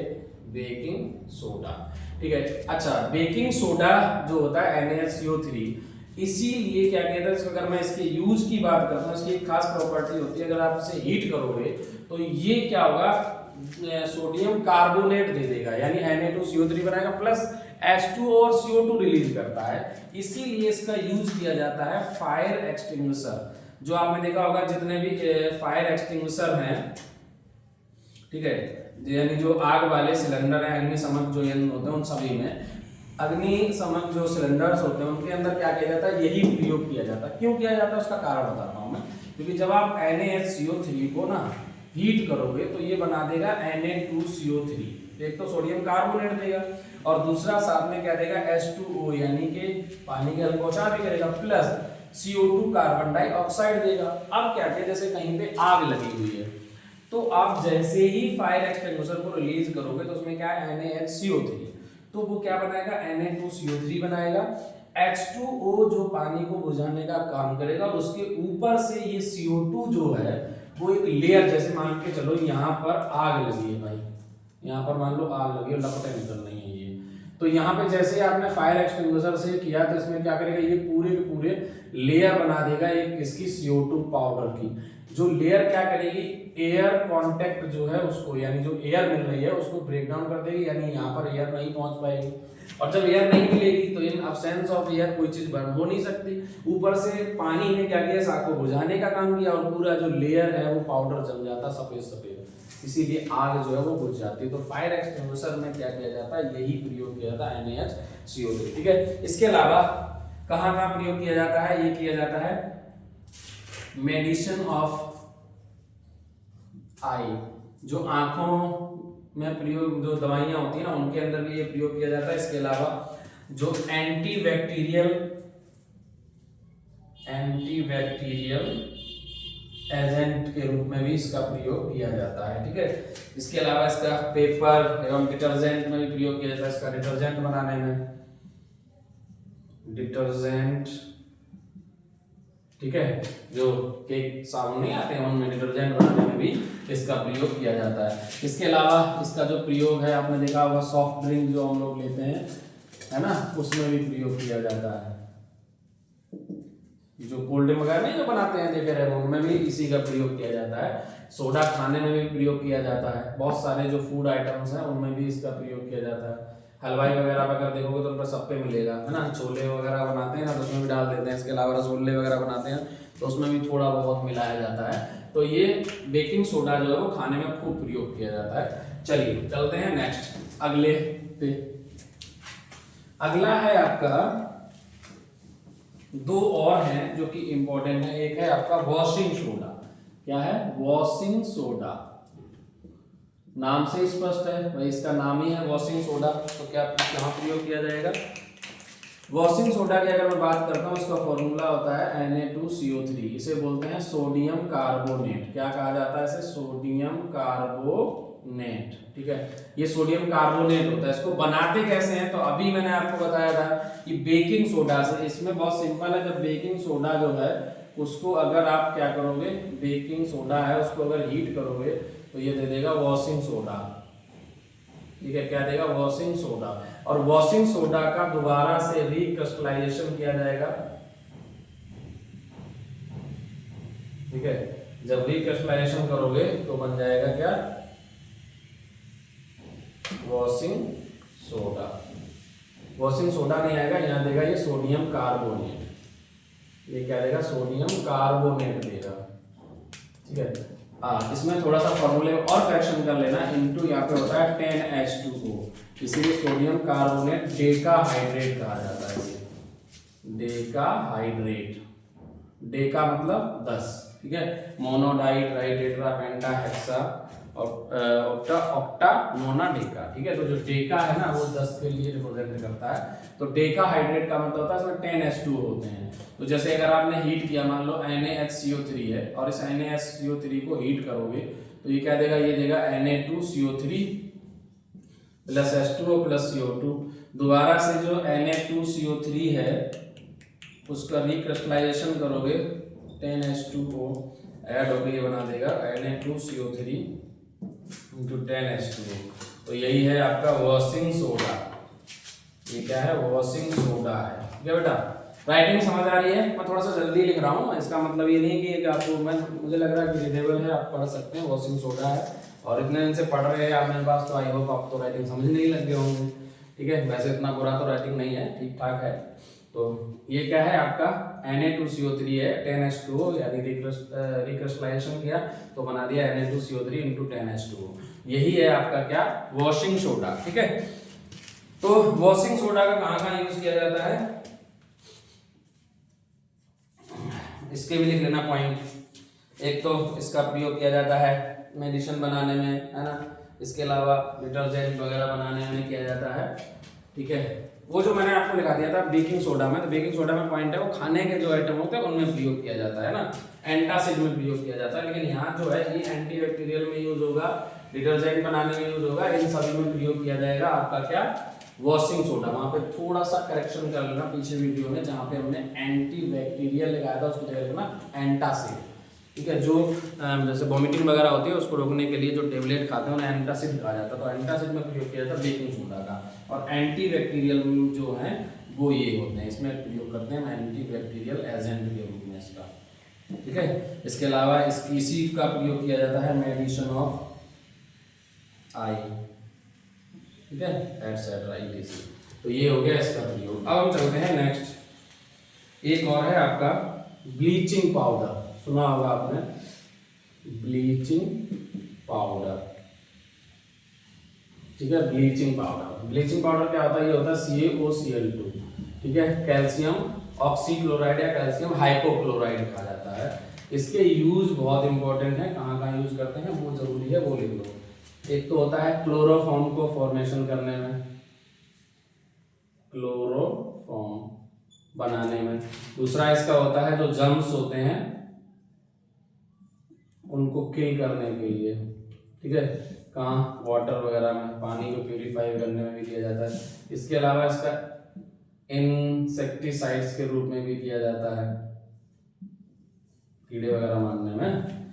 तो ये है ब्लीचिंग पाउडर के यूज, ठीक है। तो ब्लीचिंग पाउडर भी इंपॉर्टेंट है, तो इसको भी कर लेना। अब आप अक्सर से बनाते कैसे हैं, तो कुछ नहीं है, जो आपका स्लेट लाइम होता है, जिसे बोलते हैं बुझा हुआ चूना, अर्थात कह सकते हैं कैल्शियम हाइड्रोक्साइड, यानी CaOH का होल ट्वाइस, और इसमें अगर क्लोरीन गैस प्रोवाइड करोगे तो ये बना देगा CaOCl2, कैल्शियम ऑक्सीक्लोराइड, ठीक है। इसके अलावा बनेगा H2O यानी जल, ठीक है। तो यही होता है ब्लीचिंग पाउडर, ठीक है। ब्लीचिंग पाउडर का प्रयोग कहाँ कहाँ करते हैं? अच्छा, इसका प्रयोग ब्लीचिंग पाउडर का जो आपकी टेक्सटाइल इंडस्ट्री है उसमें भी किया जाता है, कलर वगैरह उड़ाने के लिए ब्लीचिंग पाउडर का किया जाता है, कपड़े वगैरह की जो कॉटन इंडस्ट्री है उसमें प्रयोग किया जाता है, ठीक है। चलिए, तो ये चैप्टर हुआ आपका फिनिश। अब हम 2 चैप्टर कर चुके हैं पूरे के पूरे, एसिड बेस एंड सॉल्ट भी कंप्लीट हो गया। अब चलते हैं बेटा मेटल्स एंड नॉन मेटल्स में, ठीक है। मेटल्स एंड नॉन मेटल्स में क्या इंपॉर्टेंट है उस पे चलेंगे, क्योंकि मैंने हमेशा कहा कि जो चीजें इंपॉर्टेंट है वही कराएंगे। तो अगर मैं चलता हूं, अगला है chapter metals and non metals में, तो थोड़ा थोड़ा चीजें मैं बता के चलता हूं कि क्या होती हैं। मेटल्स एंड नॉन मेटल्स की अगर मैं बात करता हूं तो बेसिक डेफिनेशन जो मेटल्स की है वो क्या होती है। मेटल जो है वो कैसी होती है, मालेबल होती है, डक्टाइल होती है। दूसरी खासियत क्या होती है, ये लस्ट्रस एंड शाइनी होती हैं, चमकदार होती हैं, और खास इंपॉर्टेंट ये क्या होती हैं, good conductor of heat and electricity, good conductor of heat and electricity, ये हीट और इलेक्ट्रिसिटी की गुड कंडक्टर होती हैं। नॉन मेटल्स की अगर मैं बात करता हूँ, ये ब्रिटल होती हैं, ठीक है। ब्रिटल का मतलब होता है जो इजीली ब्रेक हो जाए, आसानी से टूट जाती है, इजीली ब्रेक कर, ठीक है। और ये होती हैं इंसुलेटर और बैड कंडक्टर कह सकते हो, insulator of heat and electricity, ठीक है, या बैड कंडक्टर कह लो। इसके अलावा अगर मैं बात करता हूं तो जैसे अब इसमें भी इंसुलेटर तो होती है, बट अगर मैं बात करूं ग्रेफाइट की, तो ग्रेफाइट जो है एक्सेप्शन में है, अपवाद में है। ग्रेफाइट जो है वो क्या होती है, conductor of heat and electricity. आपने पेंसिल में जो आती है नोट देखी होगी, वो ग्रेफाइट होता है, वो कार्बन का एलोट्रॉप होता है, कार्बन का जो एलोट्रॉप है यानी ग्रेफाइट जो है वो इलेक्ट्रिसिटी कंडक्ट करता है, ये एक्सेप्शन है, अपवाद है। इसके अलावा अगर मैं बात करूं तो इनमें कोई विशेष चमक तो होती नहीं, और ये तीनों स्टेट में पाई जाती हैं, ये सॉलिड भी होती हैं, है ना, लिक्विड में भी पाई जाती हैं, एंड गैसियस स्टेट में भी, गैसियस स्टेट में भी पाई जाती है, तीनों में। इनकी बात करूं तो ये बेसिकली ज्यादा हार्ड होंगी एंड, और ये सॉलिड स्टेट में पाई जाती हैं। अगर मैं मरकरी को छोड़ दूं, है ना, एक्सेप्ट मरकरी, क्योंकि मरकरी को मैंने क्यों कहा, मरकरी जो है वो लिक्विड स्टेट में पाई जाती है एट रूम टेम्परेचर, ठीक है, ये लिक्विड स्टेट में पाई जाती है मरकरी। बाकी ज्यादा सारी के सारे जो मेटल्स हैं वो सॉलिड होती हैं और दूसरे ज्यादा हार्ड होती हैं, ठीक है। तो पॉइंट ये है कि मालेबल क्या होता है, डक्टाइल क्या होता है। अब इसमें भी कुछ इंपॉर्टेंट पॉइंट्स होते हैं, कई बार ये एग्जाम में पूछे जाते हैं, मतलब एक नंबर में बहुत बार पॉइंट पूछेगा। मालेबल क्या होता है, अगर मैं मालेबल की बात करता हूँ तो बहुत सिंपल है। अगर इनको हथौड़े से क्या किया जाए, पिटाई की जाए इनको, तो ये क्या करती है, फैल जाती हैं, they convert into thin sheet, पतली चादर के रूप में कन्वर्ट हो जाती है। इस प्रॉपर्टी को बोलते हैं मालेबिलिटी, ठीक है, क्या कहते हैं इसको, मालेबिलिटी कहा जाता है, और यही जो वर्ड है वो मालेबल कहलाता है। अगर आपसे पूछा जाए कि मोस्ट मालेबल मेटल कौन सी होती है, कौन कौन सी, तो उसमें आती है जैसे प्लेटिनम है, प्लेटिनम है, गोल्ड है, ठीक है, ये मालेबल होती हैं, ठीक है। डक्टिलिटी की अगर मैं बात करता हूँ, डक्टाइल क्या होती है, ठीक है। डक्टाइल का मतलब क्या होता है, डक्टाइल मतलब होता है कि जो जिसको इनको मतलब डक्टाइल कि जो मेटल्स हैं वो कन्वर्ट इनटू थिन वायर, यानी पतले वायर के रूप में कन्वर्ट किए जा सकते हैं। अर्थात इनको क्या किया जाता है, जैसे आपने देखा होगा, अगर पिघलाया जाए, हीट करे, पिघलाने के बाद क्या किया जाए, वायर बनाया जाए, तार। तो आपने देखा होगा कि जितने भी जो तार हैं वो सब मेटल्स के बने हुए होते हैं, ये जो प्रॉपर्टी है इसको डक्टिलिटी कहा जाता है, और मोस्ट डक्टाइल मेटल जो है वो गोल्ड होती है, याद रखना, ठीक है। और अगर मैं कंडक्टर की बात करता हूं तो इनमें इलेक्ट्रिसिटी कंडक्ट हो जाती है, और इसमें भी सबसे ज्यादा जो मोस्ट कंडक्टिविटी वाली जो मैटर है, यानी बेस्ट कंडक्टर की अगर मैं बात करता हूँ, मोस्ट कंडक्टिविटी तो चाहे पॉइंट को बेस्ट कंडक्टर, ठीक है, बेस्ट कंडक्टर।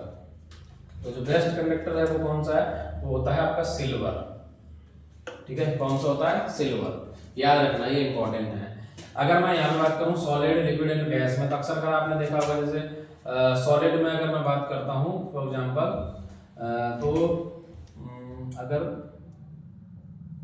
नॉन मेटल में देखोगे तो नॉन मेटल में, लिक्विड में तो जैसे आपका हो गया ब्रोमीन हो गया, गैसीय स्टेट में जैसे हाइड्रोजन है और ऑक्सीजन है, और सॉलिड में कोई अभी दिमाग में मेरे आ भी नहीं रही, carbon,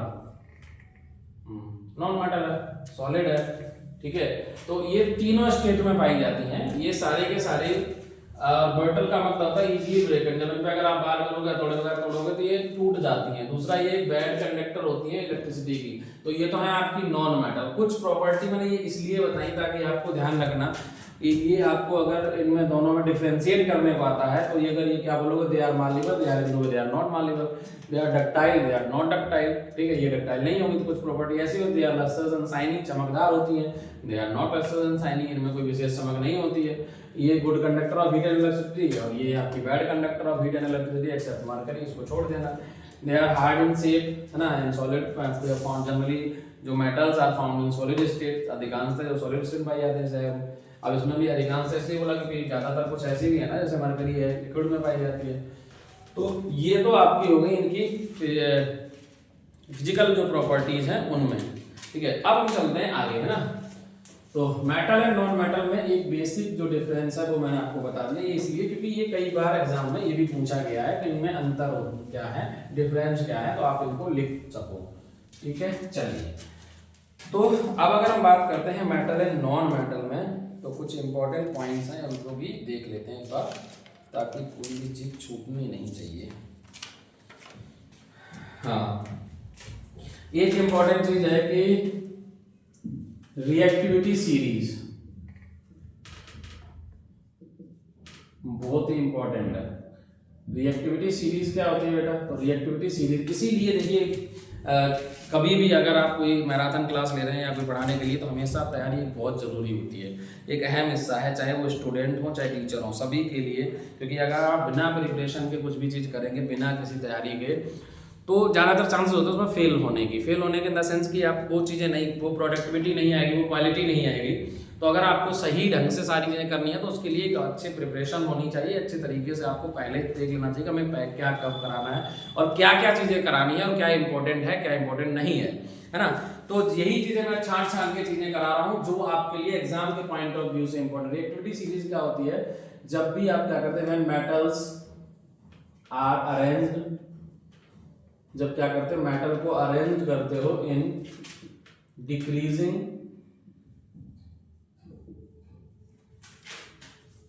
order of reactivity is called reactivity series. उसे क्या कहा जाता है, उसे कहा जाता है रिएक्टिविटी सीरीज। अब इसे कैसे अरेंज करोगे, तो इसे अरेंज करने का तरीका होता है, जिसमें सबसे पहले जो आती है सोडियम, ये मोस्ट रिएक्टिव मेटल है, पोटेशियम सॉरी, उसके बाद आती है सोडियम। और अगर इसे और डिक्रीजिंग ऑर्डर में अरेंज करोगे तो ये याद रखना Ca है, देन Mg है, और अगर आगे चलोगे तो Zn है एंड Fe है। इसके बाद अगर हम आगे चलेंगे तो Pb है ना, Pb मतलब लेड, और उसके बाद चलेंगे तो हाइड्रोजन है, उसके बाद Cu है, उसके बाद आपका आ जाए Hg and Ag and then Au, ठीक है। ये कुछ अरेंज है। तो यहाँ पर सबसे ज्यादा ये क्या है, most reactive matter, most reactive matter, ठीक है। और ये जो है ये है लेस रिएक्टिव मैटर या लीस्ट रिएक्टिव मैटर कह सकते हैं, लीस्ट रिएक्टिव मैटर। गोल्ड सबसे कम क्रियाशील धातु है और पोटेशियम सबसे अधिक। अब ये जो ऑर्डर है वो इस तरीके से, जैसे आप इधर से इधर बढ़ोगे यानी लेफ्ट टू राइट जाओगे तो इनकी जो रिएक्टिविटी है वो कम होती चली जाएगी। ये डिक्रीजिंग ऑर्डर है, ये क्या है, डिक्रीजिंग ऑर्डर है। अब इसकी कुछ प्रॉपर्टी है, वो प्रॉपर्टी क्या होती है, अगर कोई भी मेटल हाइड्रोजन से ऊपर है यानी हाइड्रोजन से पहले है, मेटल बिफोर हाइड्रोजन, तो वो क्या करेगी, वो करेगी हाइड्रोजन गैस रिलीज करेगी। अगर वो एसिडिक सॉल्यूशन से क्रिया करेगी, एसिड से क्रिया करेगी तो हाइड्रोजन को रिमूव कर देगी। लेकिन अगर इन मेटल्स की बात करूं तो ये रिएक्ट करेंगे अगर इनके साथ, अगर मान लो HCl के साथ या H2SO4 किसी के साथ, तो वहां पे नो रिएक्शन आएगा क्योंकि ये लेस रिएक्टिव है। दूसरा, अगर कोई मेटल है वो पहले है और बाद वाली मेटल, जैसे मान के चलो कैल्शियम है और मैग्नीशियम है, तो अगर मैग्नीशियम के किसी भी कंपाउंड से रिएक्ट करे कैल्शियम तो मैग्नीशियम को वहां से रिमूव कर देगी, है ना। जैसे मैं समझाता हूँ इस चीज को। फॉर एग्जांपल, मैग्नीशियम जो है वो जिंक से क्या है, पहले है, तो ये मोस्ट रिएक्टिव है। तो अगर मैग्नीशियम जो है वो ZnSO4 से क्रिया करेगा तो ये क्या करेगा, इसको यहाँ से हटाएगा और बना देगा MgSO4 + Zn। लेकिन अगर इसी को उल्टा कर दें, मान लो कोई बच्चा कहे Zn का क्रिया करा दो मैग्नीशियम सल्फेट के साथ SO4 के साथ, तो क्या होगा, क्या ये इसे हटा पाएगा, तो आएगा नो रिएक्शन, यहाँ पर कोई रिएक्शन नहीं होगा। ये गलती मत करना, और ऐसे रिएक्शन भी आते हैं एग्जाम में।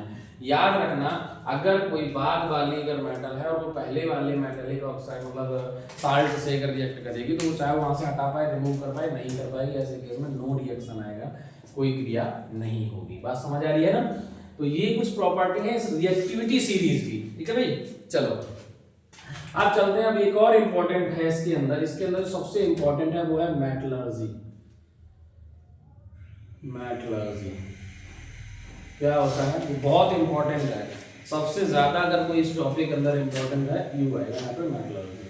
क्या होती है, इस हिंदी में धातु कर्म कहा जाता है। इसका मतलब ये होता है कि अगर आपको क्या करना, प्योर मेटल जो प्रोसेस होती है, केमिकल प्रोसेस, इसके द्वारा हम क्या कहते हैं, प्योर मेटल को प्राप्त करते हैं उसके मिनरल और से, ठीक है। फॉर एग्जांपल ये क्या है, the process of obtaining pure metal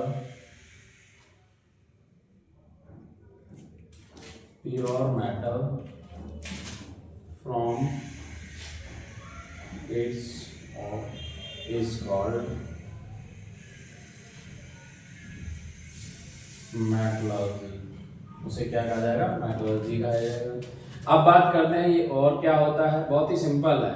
जब आप किसी को अर्थ सरफेस, जैसे अधिकांशतः जो मेटल हैं, मेटल जो है ना वो दो स्टेट में पाई जाती है, एक तो फ्री स्टेट और एक कंबाइंड स्टेट। फ्री स्टेट में कौन सी मेटल होती है, जैसे कि ये सारे अधिकांशतः जो मेटल है वो फ्री स्टेट में मिल जाएंगे। जो लेस रिएक्टिव मेटल है, जैसे Ag हो गया, गोल्ड है, सिल्वर है, तो ये लेस रिएक्टिव मेटल होती है, ये फ्री स्टेट में पाई जाती है। लेकिन अधिकतर ये जो जितनी मेटल है, ये रिएक्टिव मेटल है, ये आपको हमेशा कंबाइंड स्टेट में पाई जाती है। कंबाइंड स्टेट का मतलब होता है वो अपने कंपाउंड के रूप में पाई जाएंगी, दूसरों के साथ कॉम्बिनेशन के साथ पाई जाएंगी, अकेले फ्री स्टेट में नहीं मिलेगी। तो जब आप पृथ्वी से जिस रूप में वो चीज निकालते हैं, जो कंपाउंड निकालते हैं किसी भी, तो वो कहलाता है मिनरल। अब मिनरल्स क्या होता है, उन मिनरल्स में से कुछ मिनरल्स ऐसे होते हैं जिनसे आप कम खर्चे में, यानी जो लेस एक्सपेंडिचर एंड इजीली अगर हम मेटल को प्राप्त कर लेते हैं, उसे और कहा जाता है। अब इस और को ही हम इसे हिंदी में अयस कहते हैं, और कहते हैं। अब इस और में क्या होता है, अलग अलग और होते हैं। जैसे कि अगर मैं इनकी रिएक्टिविटी की बात करूं तो इसमें हो सकता है कि भाई बहुत हाई रिएक्टिव हो, है ना, हाई रिएक्टिव हो सकता है, मीडियम रिएक्टिविटी हो सकती है, दूसरा लो रिएक्टिव भी हो सकता है, लो रिएक्टिव। तो अलग अलग इनकी रिएक्टिविटी है। तो अगर हाई रिएक्टिव कोई अगर और है तो उसमें अगर मुझे क्या करना पड़ेगा, अगर उससे मेटल प्राप्त करोगे तो उसका इलेक्ट्रोलिसिस किया जाता है। उसका क्या किया जाता है, इलेक्ट्रोलाइसिस। उसके बाद जो मेटल प्राप्त होगी उसका किया जाएगा प्यूरिफिकेशन, और प्यूरिफिकेशन के बाद हमें मिल जाएगी क्या, प्योर मेटल। ये प्रोसेस है, ठीक है। इलेक्ट्रोलिसिस क्या होती है, जब भी किसी के कोई भी मतलब जो हॉल है उसके अंदर इलेक्ट्रिसिटी जो है वो प्रोवाइड की जाती है, तो उससे जो मेटल प्राप्त होती है उसको प्यूरिफाई किया जाता है, देन प्योर मेटल मिल जाती है। लेकिन अगर मीडियम रिएक्टिविटी है तो उसमें क्या होता है, इसमें भी दो चीजें हैं। वो दो चीजें क्या है, एक तो हो सकता है कि भाई कार्बोनेट और, है ना, या फिर वो सल्फाइड हो सकता है, अब बात करते हैं, अगर वो कार्बोनेट है तो क्या करोगे, है ना, कार्बोनेट है तो उसका किया जाता है कैल्सिनेशन, उसका क्या किया जाएगा, उसका किया जाएगा कैल्सिनेशन। और कैल्सिनेशन जो है एक ऐसी प्रोसेस होती है जो ऑक्साइड और बना देती है। अब जो ऑक्साइड और आया है फिर उसका क्या करोगे, उसका वही सिंपल सा रिडक्शन करोगे, रिडक्शन के बाद क्या मिल जाएगी आपको, मेटल, और उस मेटल का प्यूरिफिकेशन कर दिया जाएगा। और अगर वो सल्फाइड है तो हमें क्या करना पड़ेगा, तो करना पड़ेगा इसका रोस्टिंग। अब रोस्टिंग से भी वही चीज मिलेगी भाई, ऑक्साइड ही मिलेगा मेटल का, ऑक्साइड ऑफ मेटल, तो उसका वही रिडक्शन करो, उसके बाद फिर उसको क्या प्राप्त करो, उससे मेटल, और उस मेटल को क्या करोगे, प्यूरिफाई करोगे। प्यूरिफाई तो करना ही करना पड़ेगा सब में, ठीक है। अब अगर मैं बात करता हूँ लो रिएक्टिव में, तो लो रिएक्टिव में अधिकांश ज्यादातर क्या होगा, सल्फाइड मिलते हैं। तो सल्फाइड मिलते हैं तो उसका क्या किया जाता है, उनका रोस्टिंग किया जाता है, और रोस्टिंग के बाद जो आपको मिलेगा ऑक्साइड, उसका वही रिडक्शन करो, एंड रिडक्शन के बाद जो मेटल आई है उस मेटल को क्या करो, प्यूरिफाई करो या रिफाइनिंग करो, जो भी करना है, प्यूरिफिकेशन करना पड़ेगा, ठीक है, रिफाइनिंग करना पड़ेगा। बात समझ आ गई। तो यहाँ पर क्या है, ये जो होल प्रोसेस है वो आपका क्या कहलाती है, मेटलर्जी कहलाती है। तो मेटलर्जी क्या है, metallurgy is the process in which, पूरी कंप्लीट प्रोसेस में क्या किया जाता है, किसी और से क्या करते हैं, मेटल तक प्राप्त करने की जो प्रोसेस है वो मेटलर्जी है। तो मैंने क्या किया, जो और है उनको डिवाइड किया तीन अलग अलग में, और उनकी हाई रिएक्टिव अगर और है तो, या फिर लेस रिएक्टिव है, मतलब लो रिएक्टिव है, और या मीडियम रिएक्टिविटी है, तो इसमें भी कंडीशन है। अब यहाँ पर दो प्रोसेस इंपॉर्टेंट है, कि कैल्सिनेशन एंड है रोस्टिंग। कैल्सिनेशन और रोस्टिंग बहुत बार एग्जाम में पूछी गई है, तो मैं आपको दोनों ही प्रोसेस इधर करवा देता हूँ, और ये बहुत इंपॉर्टेंट है बेटा, नोट कर लेना। कैल्सिनेशन और रोस्टिंग दोनों ही इंपॉर्टेंट है। क्या प्रोसेस होती है जरा समझ लेते हैं उसको। रोस्टिंग क्या है, रोस्टिंग और दूसरी है कैल्सिनेशन। दोनों ही प्रोसेस लगभग सेम है। इनमें क्या होता है, इसमें भी हम क्या करते हैं, जो ओर है उससे क्या करते हैं, ऑक्साइड प्राप्त करते हैं उसी का, ठीक है। अब यहाँ पर भी वही है कि अगर जो ओर है उसके, इसमें भी हम क्या करेंगे, ऑक्साइड ऑफ मेटल, जो मेटल है उसका ऑक्साइड प्राप्त करते हैं यहाँ भी, और यहाँ भी ऑक्साइड ऑफ मेटल्स। दोनों में फिर डिफरेंस क्या है, यहाँ पर क्या होगा बेटा, यहाँ पर एक्सिस ऑफ एयर होती है, एक्सिस ऑफ एयर, और या हम कह सकते हैं कंट्रोल्ड एयर, ठीक है। यहाँ पर वायु अधिक मात्रा में होती है, यहाँ पर जो होता है वो होता है absence of air, absence of air. ये जो क्रिया है वो वायु की प्रेजेंस में होती है, और ये अब्सेंस ऑफ एयर में होती है। और यहाँ पर भी क्या होता है, इसको हीट किया जाता है, heat blow its melting point. दोनों ही प्रोसेस में हम क्या करते हैं, किसी भी और को हीट करते हैं, उसको क्या, उसके मेल्टिंग पॉइंट से नीचे। इसमें भी क्या किया जाएगा, हाई टेम्परेचर पे इसे हीट किया जाएगा, ठीक है, अब लो मेल्टिंग पॉइंट, उसके मेल्टिंग पॉइंट से नीचे, ताकि वो मेल्ट ना हो सके, है ना। बस ये चीज का ध्यान रखना होता है। तो प्रोसेस अगर आपको लिखनी है, क्या लिखोगे, तो बहुत सिंपल है। Roasting is the process in which ore convert into oxide of metal by heating below its melting point in excess of air or controlled air, ठीक है। तो ये क्या है, रोस्टिंग है। और तीन मैंने यहाँ जो चीजें लिखी, इसी से डेफिनेशन बन जाएगी। Roasting is the process in which ore converted into oxide of metal in by the heating below the melting point in presence of excess of air or controlled air. And calcination is the process in which ore is converted into oxide of metal in absence of air by heating below its melting point, ठीक है। तो calcination क्या होता है, calcination में absence of air होगा और यहाँ एक्सेस ऑफ एयर होगा। दोनों प्रोसेस में वही होता है कि और कन्वर्ट किया जाता है ऑक्साइड ऑफ मेटल में, और यहाँ भी। और जब ऑक्साइड आ जाता है फिर उसका रिडक्शन किया जाता है। रिडक्शन में क्या होता है, ऑक्सीजन को रिमूव कर दिया जाता है, तो वो मेटल मिल जाती है। फिर उस मेटल को प्यूरिफाई कर लेते हैं या फिर रिफाइनिंग कर लेते हैं, तो वो आपको क्या मिल जाती है, प्योर मेटल प्राप्त हो जाती है। ये जो प्रोसेस है ये सारा का सारा मेटलर्जी कहलाता है। बात समझ आ गई भाई? आई होप आपको क्लियर हो गया होगा कि मेटलर्जी क्या है। जल्दी से इसे नोट कर लो, अदरवाइज आप स्क्रीनशॉट ले लीजिए। बहुत इंपॉर्टेंट है ये चीजें आपके एग्जाम के पॉइंट ऑफ व्यू से। चलिए चलते हैं आगे, ठीक है भाई। अब हम चलेंगे और आगे चलते हैं थोड़ा सा।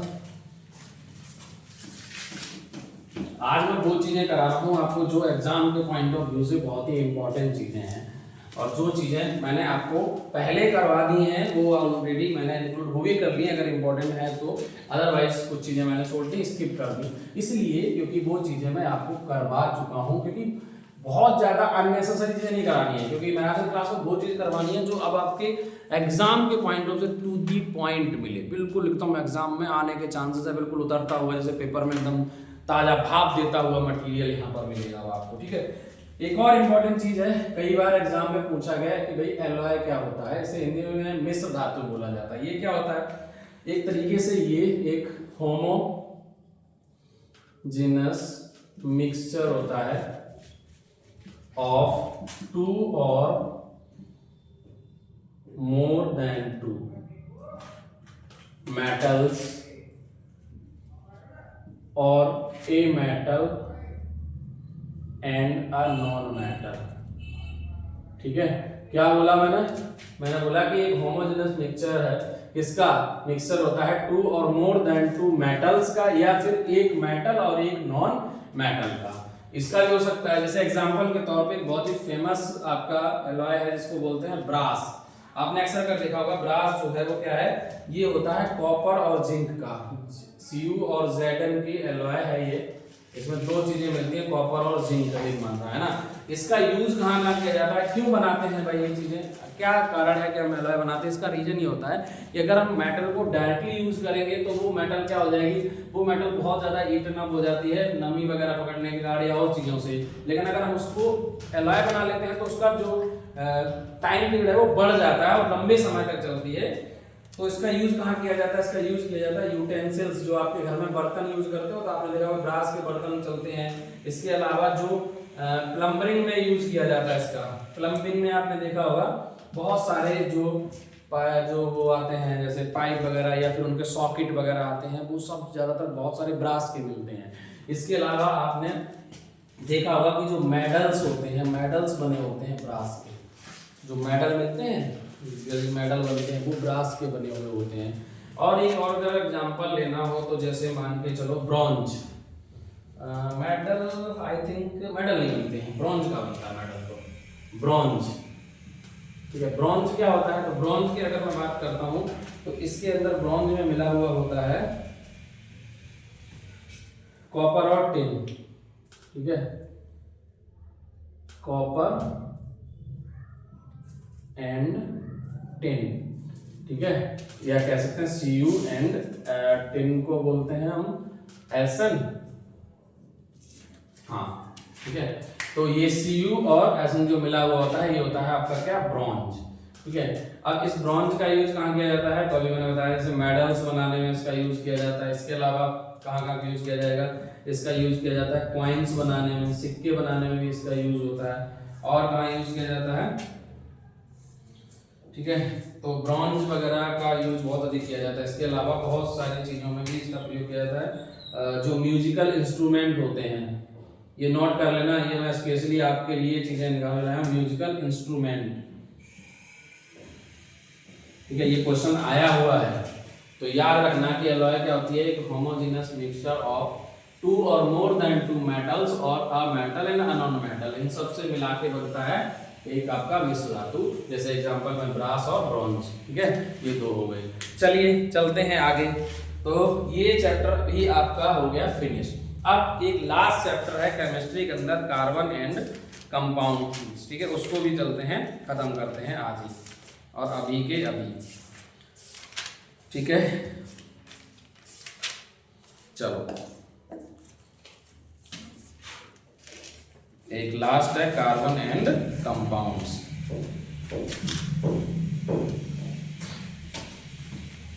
हालांकि कार्बन एंड कंपाउंड्स में मैंने IUPAC वगैरह बहुत सारी चीजें पहले भी कराई हैं और अभी भी मैं करा दे रहा हूं।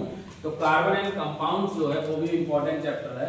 अब इसमें सबसे पहले जो इंपॉर्टेंट चीज है वो है हाइड्रोकार्बन्स, ठीक है। हाइड्रोकार्बन्स क्या होते हैं, बहुत ही सिंपल है।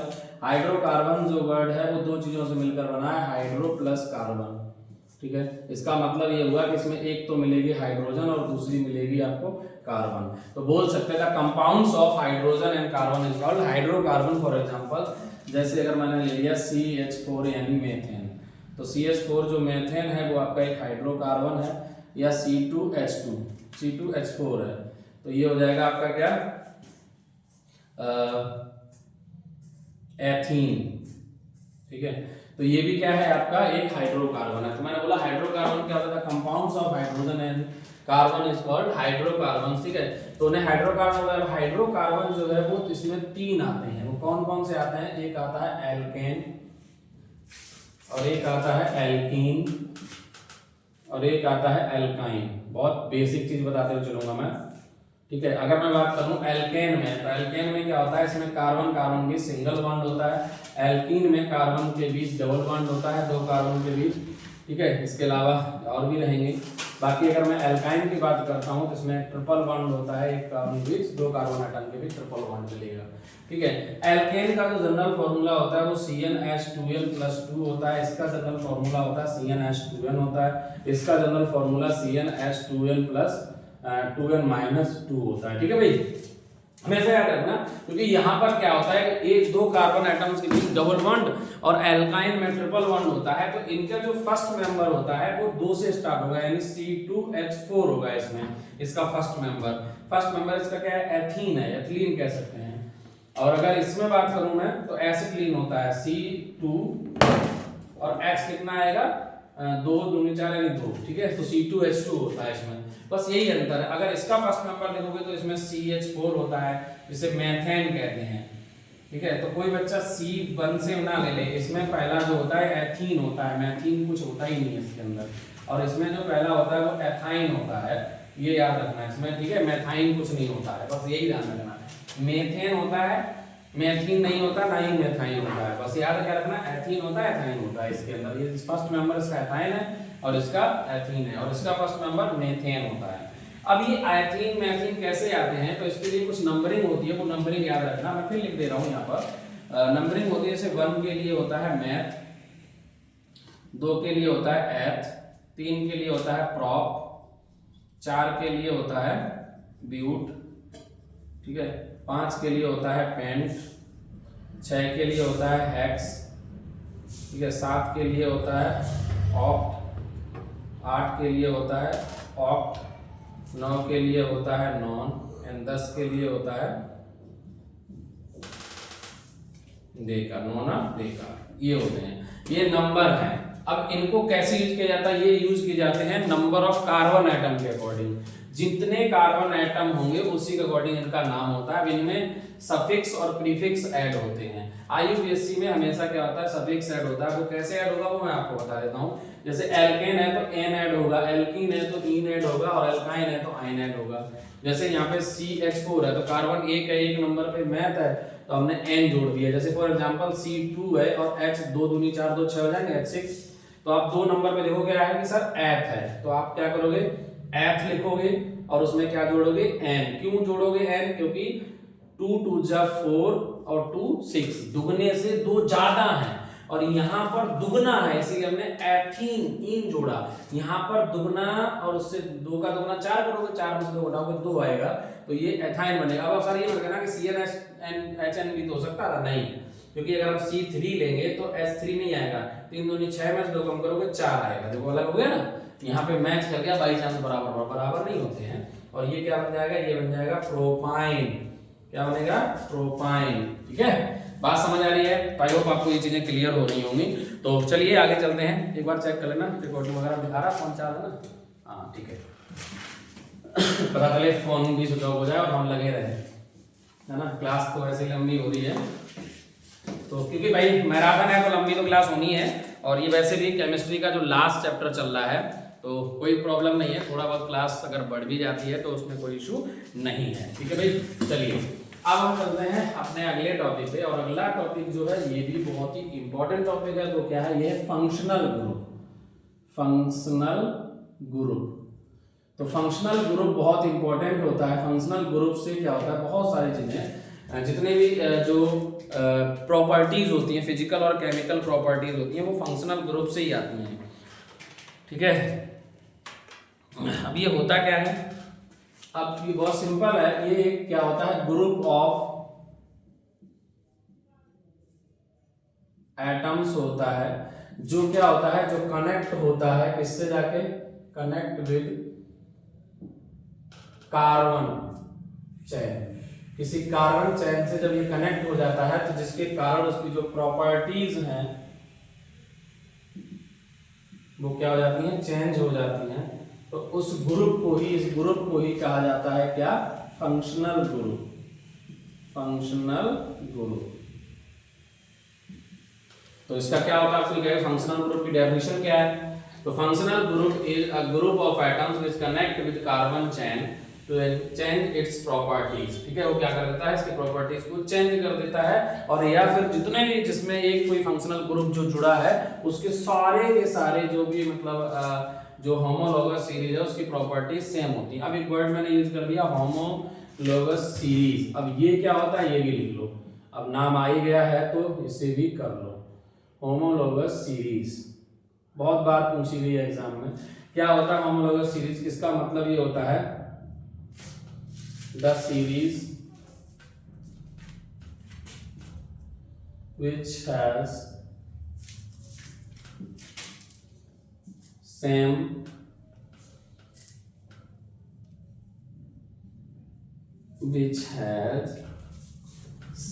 properties and same functional group,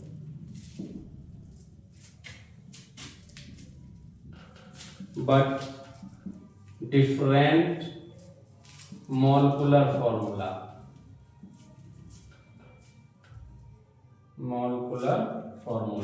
is called homologous series।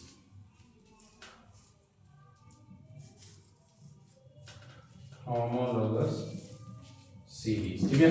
क्या बोला मैंने, the series which has same property and same functional group हो बट डिफरेंट मॉलिक्यूलर फार्मूला, उसका जो मॉलिक्यूलर फार्मूला है वो डिफरेंट होता है, उसे हम बोलते हैं होमोलॉगस सीरीज। अब इसमें कैसे इसको बताना, बहुत सिंपल है। मैंने ये बोला कि भाई प्रॉपर्टी सेम होंगी या फंक्शनल ग्रुप सेम होगा, तो ये एल्केन की भी हो सकती है होमोलॉगस सीरीज, एल्कीन की भी हो सकती है, सबकी। जैसे अगर मान लो अगर मुझे लिखनी है होमोलॉगस सीरीज ऑफ एल्केन, तो आप एक चीज देखोगे, पहला आएगा CH4 यानी मेथेन, दूसरा क्या आएगा C2H6 यानी एथेन, तीसरा आएगा C3H8 3 6 8 C4H10 H dot dot etc या इतना ही। ये क्या, ये होमोलॉगस सीरीज है किसकी, एल्केन की। क्यों, क्योंकि सब में देखो मॉलिक्यूलर फार्मूला अलग अलग है परंतु सभी में जो प्रॉपर्टीज है वो सबकी एक जैसी होंगी। दूसरी चीज इनमें जो फंक्शनल ग्रुप, जैसे यहाँ पे कोई फंक्शनल ग्रुप है नहीं, बट अगर मैं इसका जनरल फार्मूला देखूं तो यहाँ पर क्या हाइड्रोजन जो है वो कार्बन के दुगने से 2 ज्यादा, यहाँ भी दुगने से 2 ज्यादा, यहाँ भी दुगने से 2 ज्यादा, यहाँ भी दुगने से 2 ज्यादा, एक जैसे हैं। बट ये CH4 है, इसका C2H6 है, मॉलिक्यूलर फार्मूला अलग अलग है, number of carbon atom hydrogen अलग अलग है, लेकिन उनमें एक बेसिक चीज ये है कि इनकी प्रॉपर्टी एक जैसी होती है काफी हद तक, तो इसीलिए इसे बोला जाता है होमोलॉगस सीरीज। अब ये अगर एल्कीन की लिखनी होती तो हम लिखते C2H4MC3H6 बदल देते आगे की तरह लिखते जाएंगे तो वो बन जाएगी एल्कीन की होमोलॉगस सीरीज। ये अल्कोहल की भी हो सकती है, एल्डिहाइड की भी हो सकती है, कीटोन की भी हो सकती है, कार्बोक्सिलिक एसिड की भी हो सकती है, किसी की भी हो सकती है। बात क्लियर है, तो उससे कहा जाता है होमोलॉगस सीरीज। अब हम बात कर रहे हैं फंक्शनल ग्रुप की, तो कौन कौन से फंक्शनल ग्रुप आपके एग्जाम में हैं, तो कौन कौन से हैं। जैसे एक है आपका अल्कोहल, अब इसमें क्या ऐड होगा तो वो भी चीज समझ लो। अगर अल्कोहल के मैं फंक्शनल ग्रुप की बात करता हूं तो ROH होता है, ठीक है, पहचान OH है। अब इसमें सफिक्स क्या ऐड होता है, नाम जब आप लिखेंगे तो इसमें कैसे जोड़ेंगे तो वो क्या जुड़ता है, तो इसमें ध्यान रखना अल्कोहल में ऐड होता है ऑल, संगत जो आपका करस्पॉन्डिंग एल्केन होगा उसमें ऑल जोड़ दोगे। चलो अगर मैं इसका एग्जांपल कराऊं, जैसे फॉर एग्जांपल जैसे मान लो CH3OH है, तो एक नंबर पे कार्बन एक है, एक नंबर पे जो एल्केन होता है वो मैं एक दो बताऊंगा, सारे नहीं बताऊंगा कि मैं पहले ही बताता हूँ। मेथेन, तो मेथेन में से E हटा दो, इसमें ऑल जोड़ दो, तो ये बन जाएगा क्या, मेथेनॉल। मेथेनॉल बन गया।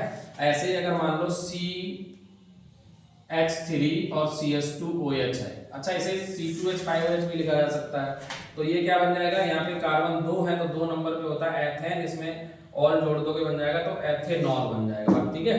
तो यही है आपका क्या, ये है आपका अल्कोहल और ये उसका फंक्शनल ग्रुप और ये है ऑल जोड़ा जाएगा किसमें, सफिक्स में। अब यही चीजें मैं आपको शॉर्ट फॉर्म में बाकी फंक्शनल ग्रुप की लिखा देता हूं ताकि आपको सारी चीजें क्लियर रहें, ठीक है। फिर चलते हैं आगे। तो मैंने होमोलॉगस सीरीज बता दिया आपको। अब मैं बात करता हूं जैसे मैं एक तरफ यहां लिख रहा हूं कि नेम, ठीक है, दूसरी तरफ उसका फंक्शनल ग्रुप और यहां लिख रहा हूं सफिक्स। भाई क्या ऐड करोगे और कहोगे तो एक एग्जांपल भी ले ही लेते हैं साथ के साथ।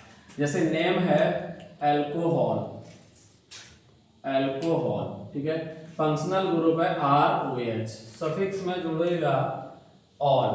एग्जांपल है जैसे CH3OH और इसका जो नाम आएगा IUPAC नाम, ठीक है भाई, तो नाम आएगा मेथेनॉल, मेथेनॉल, ठीक है भाई। नेक्स्ट है कार्बोक्सिलिक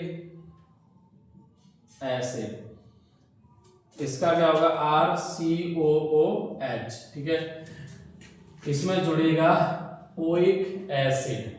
एग्जाम्पल है जैसे CH3COOH, कार्बन कितने 1 2, तो 2 नंबर पे होता है एथेन, तो इसमें जुड़ेगा एथेनोइक एसिड, एथेनोइक एसिड। अगर होता HCOH तो बन जाएगा मेथेनोइक एसिड, ठीक है। चलिए नेक्स्ट है aldehyde, aldehyde, aldehyde R∠CHO, for example. अब इसमें क्या जुड़ेगा, इसमें जुड़ेगा अल, ठीक है, AL, जैसे HCHO। अब यहां मैंने एक लिया तो एक है मेथ, तो मेथेन होता है, उसमें जुड़ जाएगा अल, मेथेनॉल, तो ये क्या बन जाएगा मेथेनॉल, ठीक है। एक है कीटोन, पढ़ा होगा आपने कीटोन, कीटोन का होता है क्या RRCO, इसमें इस तरीके से 2 अलग अलग एल्किल ग्रुप जुड़ेंगे। जैसे इसमें क्या जुड़ेगा, इसमें जुड़ता है ऑन, ये वाला। जैसे एग्जांपल में मान लो CH3CO और इससे जुड़ा है CH3। अच्छा एक चीज और याद रखना है, यहाँ पे ऐसे भी कर सकते हो कि जो सिंगल बॉन्ड C है डबल बॉन्ड O होता है, इसमें क्या होता है एक H होता है, इसको अगर स्ट्रक्चर बनाना हो इसका तो इसमें क्या होगा single bond C, double bond O और सिंगल बॉन्ड H। आगे पीछे भी कर सकते हो, कोई दिक्कत नहीं है, single bond H double bond O, कहने का मतलब H सिंगल बॉन्ड से जुड़ा होता है, O डबल बॉन्ड से जुड़ा होता है। ऐसे इसमें भी R से O डबल बॉन्ड और सिंगल बॉन्ड में OH जुड़ा होता है, इस चीज ध्यान रखना, ठीक है। तो ये क्या है, इसमें काम कितने 1 2 3 नंबर पे होता है प्रोपेन, तो ये बन जाएगा प्रोपेनॉन, प्रोपेनॉन, ठीक है, प्रोपेनॉन। और कीटोन हो गया, एल्डिहाइड हो गया और कार्बोक्सिलिक एसिड हो गया। इसके अलावा भी कुछ फंक्शनल ग्रुप है क्या आपके में?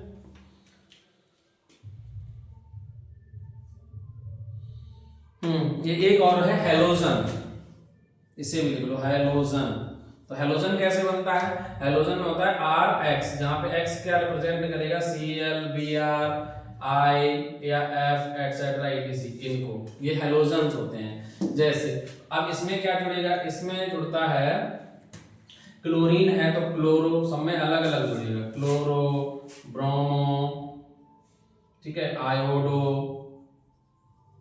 ठीक है, फ्लोरो, इस तरीके से फ्लोरो, फ्लोरो, ये चीजें। जैसे एग्जांपल में मान लो मैंने ले लिया कि CH3Cl, तो यहाँ पर क्या है कार्बन 1 है और क्लोरीन है, तो इसे का नाम जो होगा वो क्या होगा क्लोरो, क्लोरो, ठीक है, और क्या आएगा मेथेन, ये बन जाएगा क्लोरोमेथेन, ठीक है, ये हो गया। तो ये पूरे के पूरे फंक्शनल ग्रुप हैं और उनके IUPAC नाम लिखने का ये एक तरीका है। ये मैंने टेबल के थ्रू आपको चीजें बताई, याद रखना ये आपके पॉइंट एग्जाम के पॉइंट ऑफ व्यू से बहुत ही इंपॉर्टेंट है, जल्दी से इसे फटाफट नोट करो।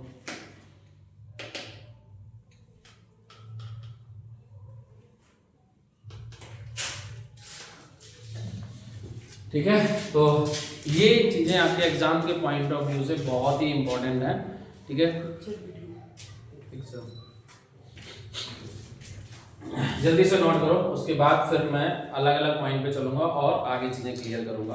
तो ये चैप्टर आपके एग्जाम के पॉइंट ऑफ व्यू से बहुत इंपॉर्टेंट चैप्टर है और आगे के वीडियो में अभी जो पॉइंट है, क्योंकि अब लगभग ऑलमोस्ट हम केमिस्ट्री को खत्म कर ही चुके हैं, अब कुछ चीजें और इंपॉर्टेंट हैं, जैसे कि आइसोमेरिज्म आपके एग्जाम में पूछा गया कि आइसोमर्स पूछे जाते हैं, तो वो क्या होते हैं उनको भी समझ लेंगे, क्योंकि बहुत जरूरी है वो समझना कि आइसोमर्स क्या है या आइसोमेरिज्म क्या है, उसको भी समझ लेना। चलिए चलते हैं आगे, आइसोमर्स को समझते हैं। ठीक है बेटा, चलो।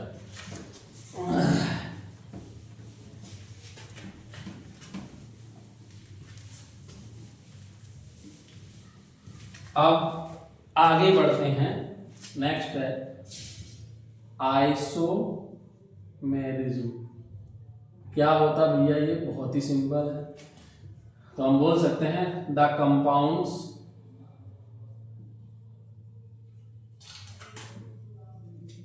which has same molecular formula but different atomic structure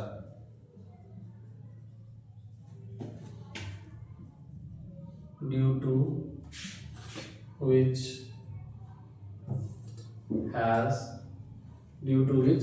different properties। ठीक है, तो उन्हें क्या बोला जाता है? Is called isomers. उन्हें आइसोमर्स कहा जाएगा, एंड दिस इज कॉल्ड, या this phenomena is called isomerism. ठीक है, पॉइंट क्या बोला मैंने? The compound, way compounds which has, the compound नहीं, compounds बोलो which have, not has। ठीक है, क्योंकि बहुत सारे, एक नहीं होता ना। the compounds which have same molecular formula, जिनका molecular formula तो सेम होता है बट डिफरेंट एटॉमिक स्ट्रक्चर, उनका एटॉमिक स्ट्रक्चर डिफरेंट होता है, और जिसके कारण उनकी प्रॉपर्टीज भी कैसी होती हैं? डिफरेंट होती हैं। इसी को हम कहते हैं आइसोमर्स, और ये जो फिनोमेना है वो कहलाती है आइसोमेरिज्म।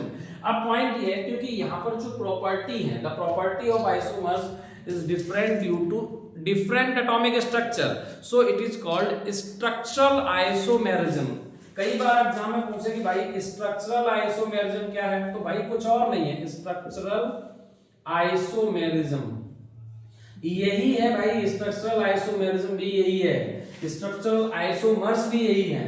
तो आप एक लाइन नीचे लिखोगे, the property of isomers is different due to structure of compound, so it is called structural isomerism और स्ट्रक्चरल आइसोमर्स। इन्हें स्ट्रक्चरल आइसोमर्स भी कहा जाता है, और इस जो इवेंट यानी जो फिनोमेना है उसे स्ट्रक्चरल आइसोमेरिज्म कहा जाता है। वो क्यों कहा जाता है? क्योंकि उसका स्ट्रक्चर डिफरेंट होता है। फॉर एग्जांपल जैसे मैंने लिया ब्यूटेन, तो आपने देखा होगा ब्यूटेन की अगर मैं बात करता हूँ, इसका जो जनरल फार्मूला होता है वो C4H10 होता है, मॉलिक्यूलर फार्मूला यही है ना।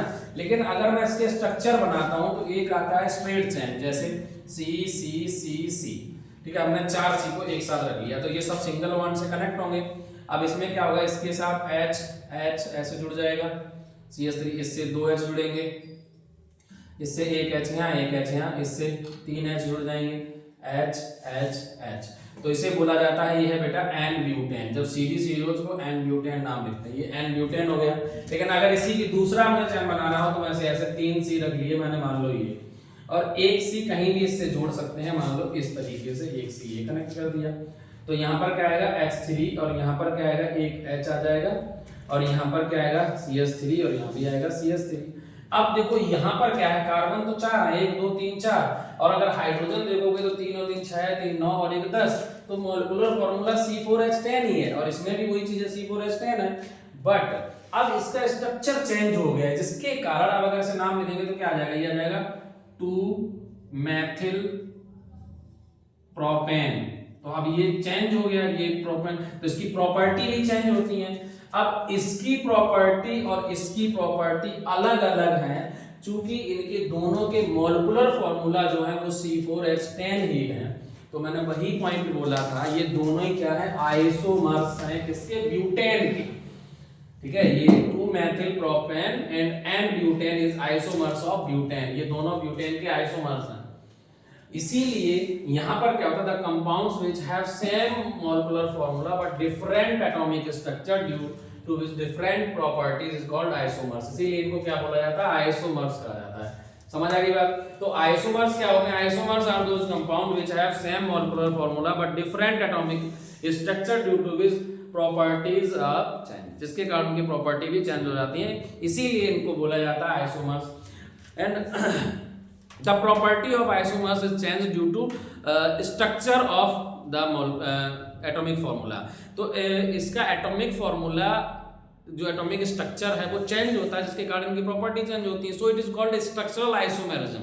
ठीक है, तो अगर एग्जाम में आइसोमेरिज्म ना पूछा जाए, कंफ्यूज करने के लिए एग्जामिनर बोर्ड में अगर वो लिख देता कि व्हाट इज स्ट्रक्चरल आइसोमेरिज्म, तो कुछ अलग नहीं है, यही है स्ट्रक्चरल आइसोमेरिज्म। ठीक है, तो आई होप आपको ये चीज क्लियर हुई होगी। तो आज क्लास में मैंने आपको लगभग सारे जो टॉपिक हैं इंपॉर्टेंट जो भी हो सकता था वो कराया। लास्ट टाइम में जो चीज मैंने पहले भी करा चुका हूं, एक एस्ट्रिफिकेशन और एक रिएक्शन है सैपोनिफिकेशन, मैं दोबारा फिर से करवा देता हूं क्योंकि मुझे लगता है कि शायद आपने वो चीज नहीं पढ़ी होगी, क्योंकि एस्ट्रिफिकेशन जो रिएक्शन है वो बहुत बार पूछा गया। और एक और रिएक्शन है जिसको बोलते हैं सैपोनिफिकेशन रिएक्शन, वो भी मुझे लग रहा कई बार आ चुका है एग्जाम में, तो उस दोनों रिएक्शन को भी कर लेते हैं। अदरवाइज मुझे लग रहा कहीं फिर आप ऐसा ना करो कि छोड़ दो, तो उस रिएक्शन को भी लास्ट टाइम में कवर कर ही लेते हैं चलते चलते। ठीक है, चलो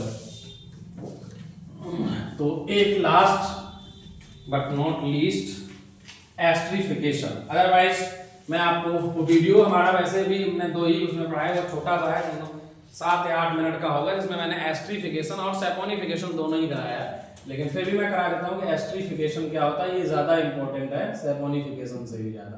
तो एस्ट्रिफिकेशन क्या होता है, बहुत ही सिंपल है। जब आप क्या करते हैं किसी जैसे एसिटिक एसिड है, जो एसिटिक एसिड होता है ना, एसिटिक एसिड तो क्रिया करेगा, रिएक्ट करेगा किसके साथ, जब एसिटिक एसिड रिएक्ट करता है एथेनॉल के साथ। ठीक है, एसिटिक एसिड एथेनॉल के साथ रिएक्ट करेगा तो ये क्या बनाएगा, एस्टर बनाता है, और प्लस क्या देगा, H2 जल, वाटर। ठीक है, ये जो रिएक्शन है चूंकि यहाँ पे एस्टर फॉर्म हो रहा है, इसीलिए इसे बोला जाता है एस्ट्रिफिकेशन।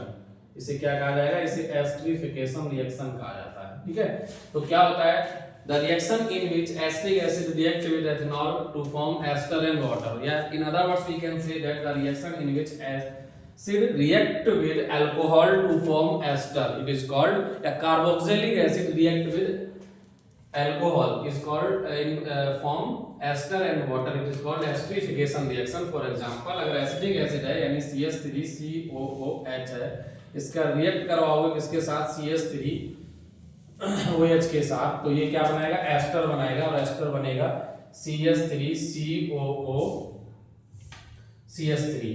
ठीक है, और प्लस आएगा H2O।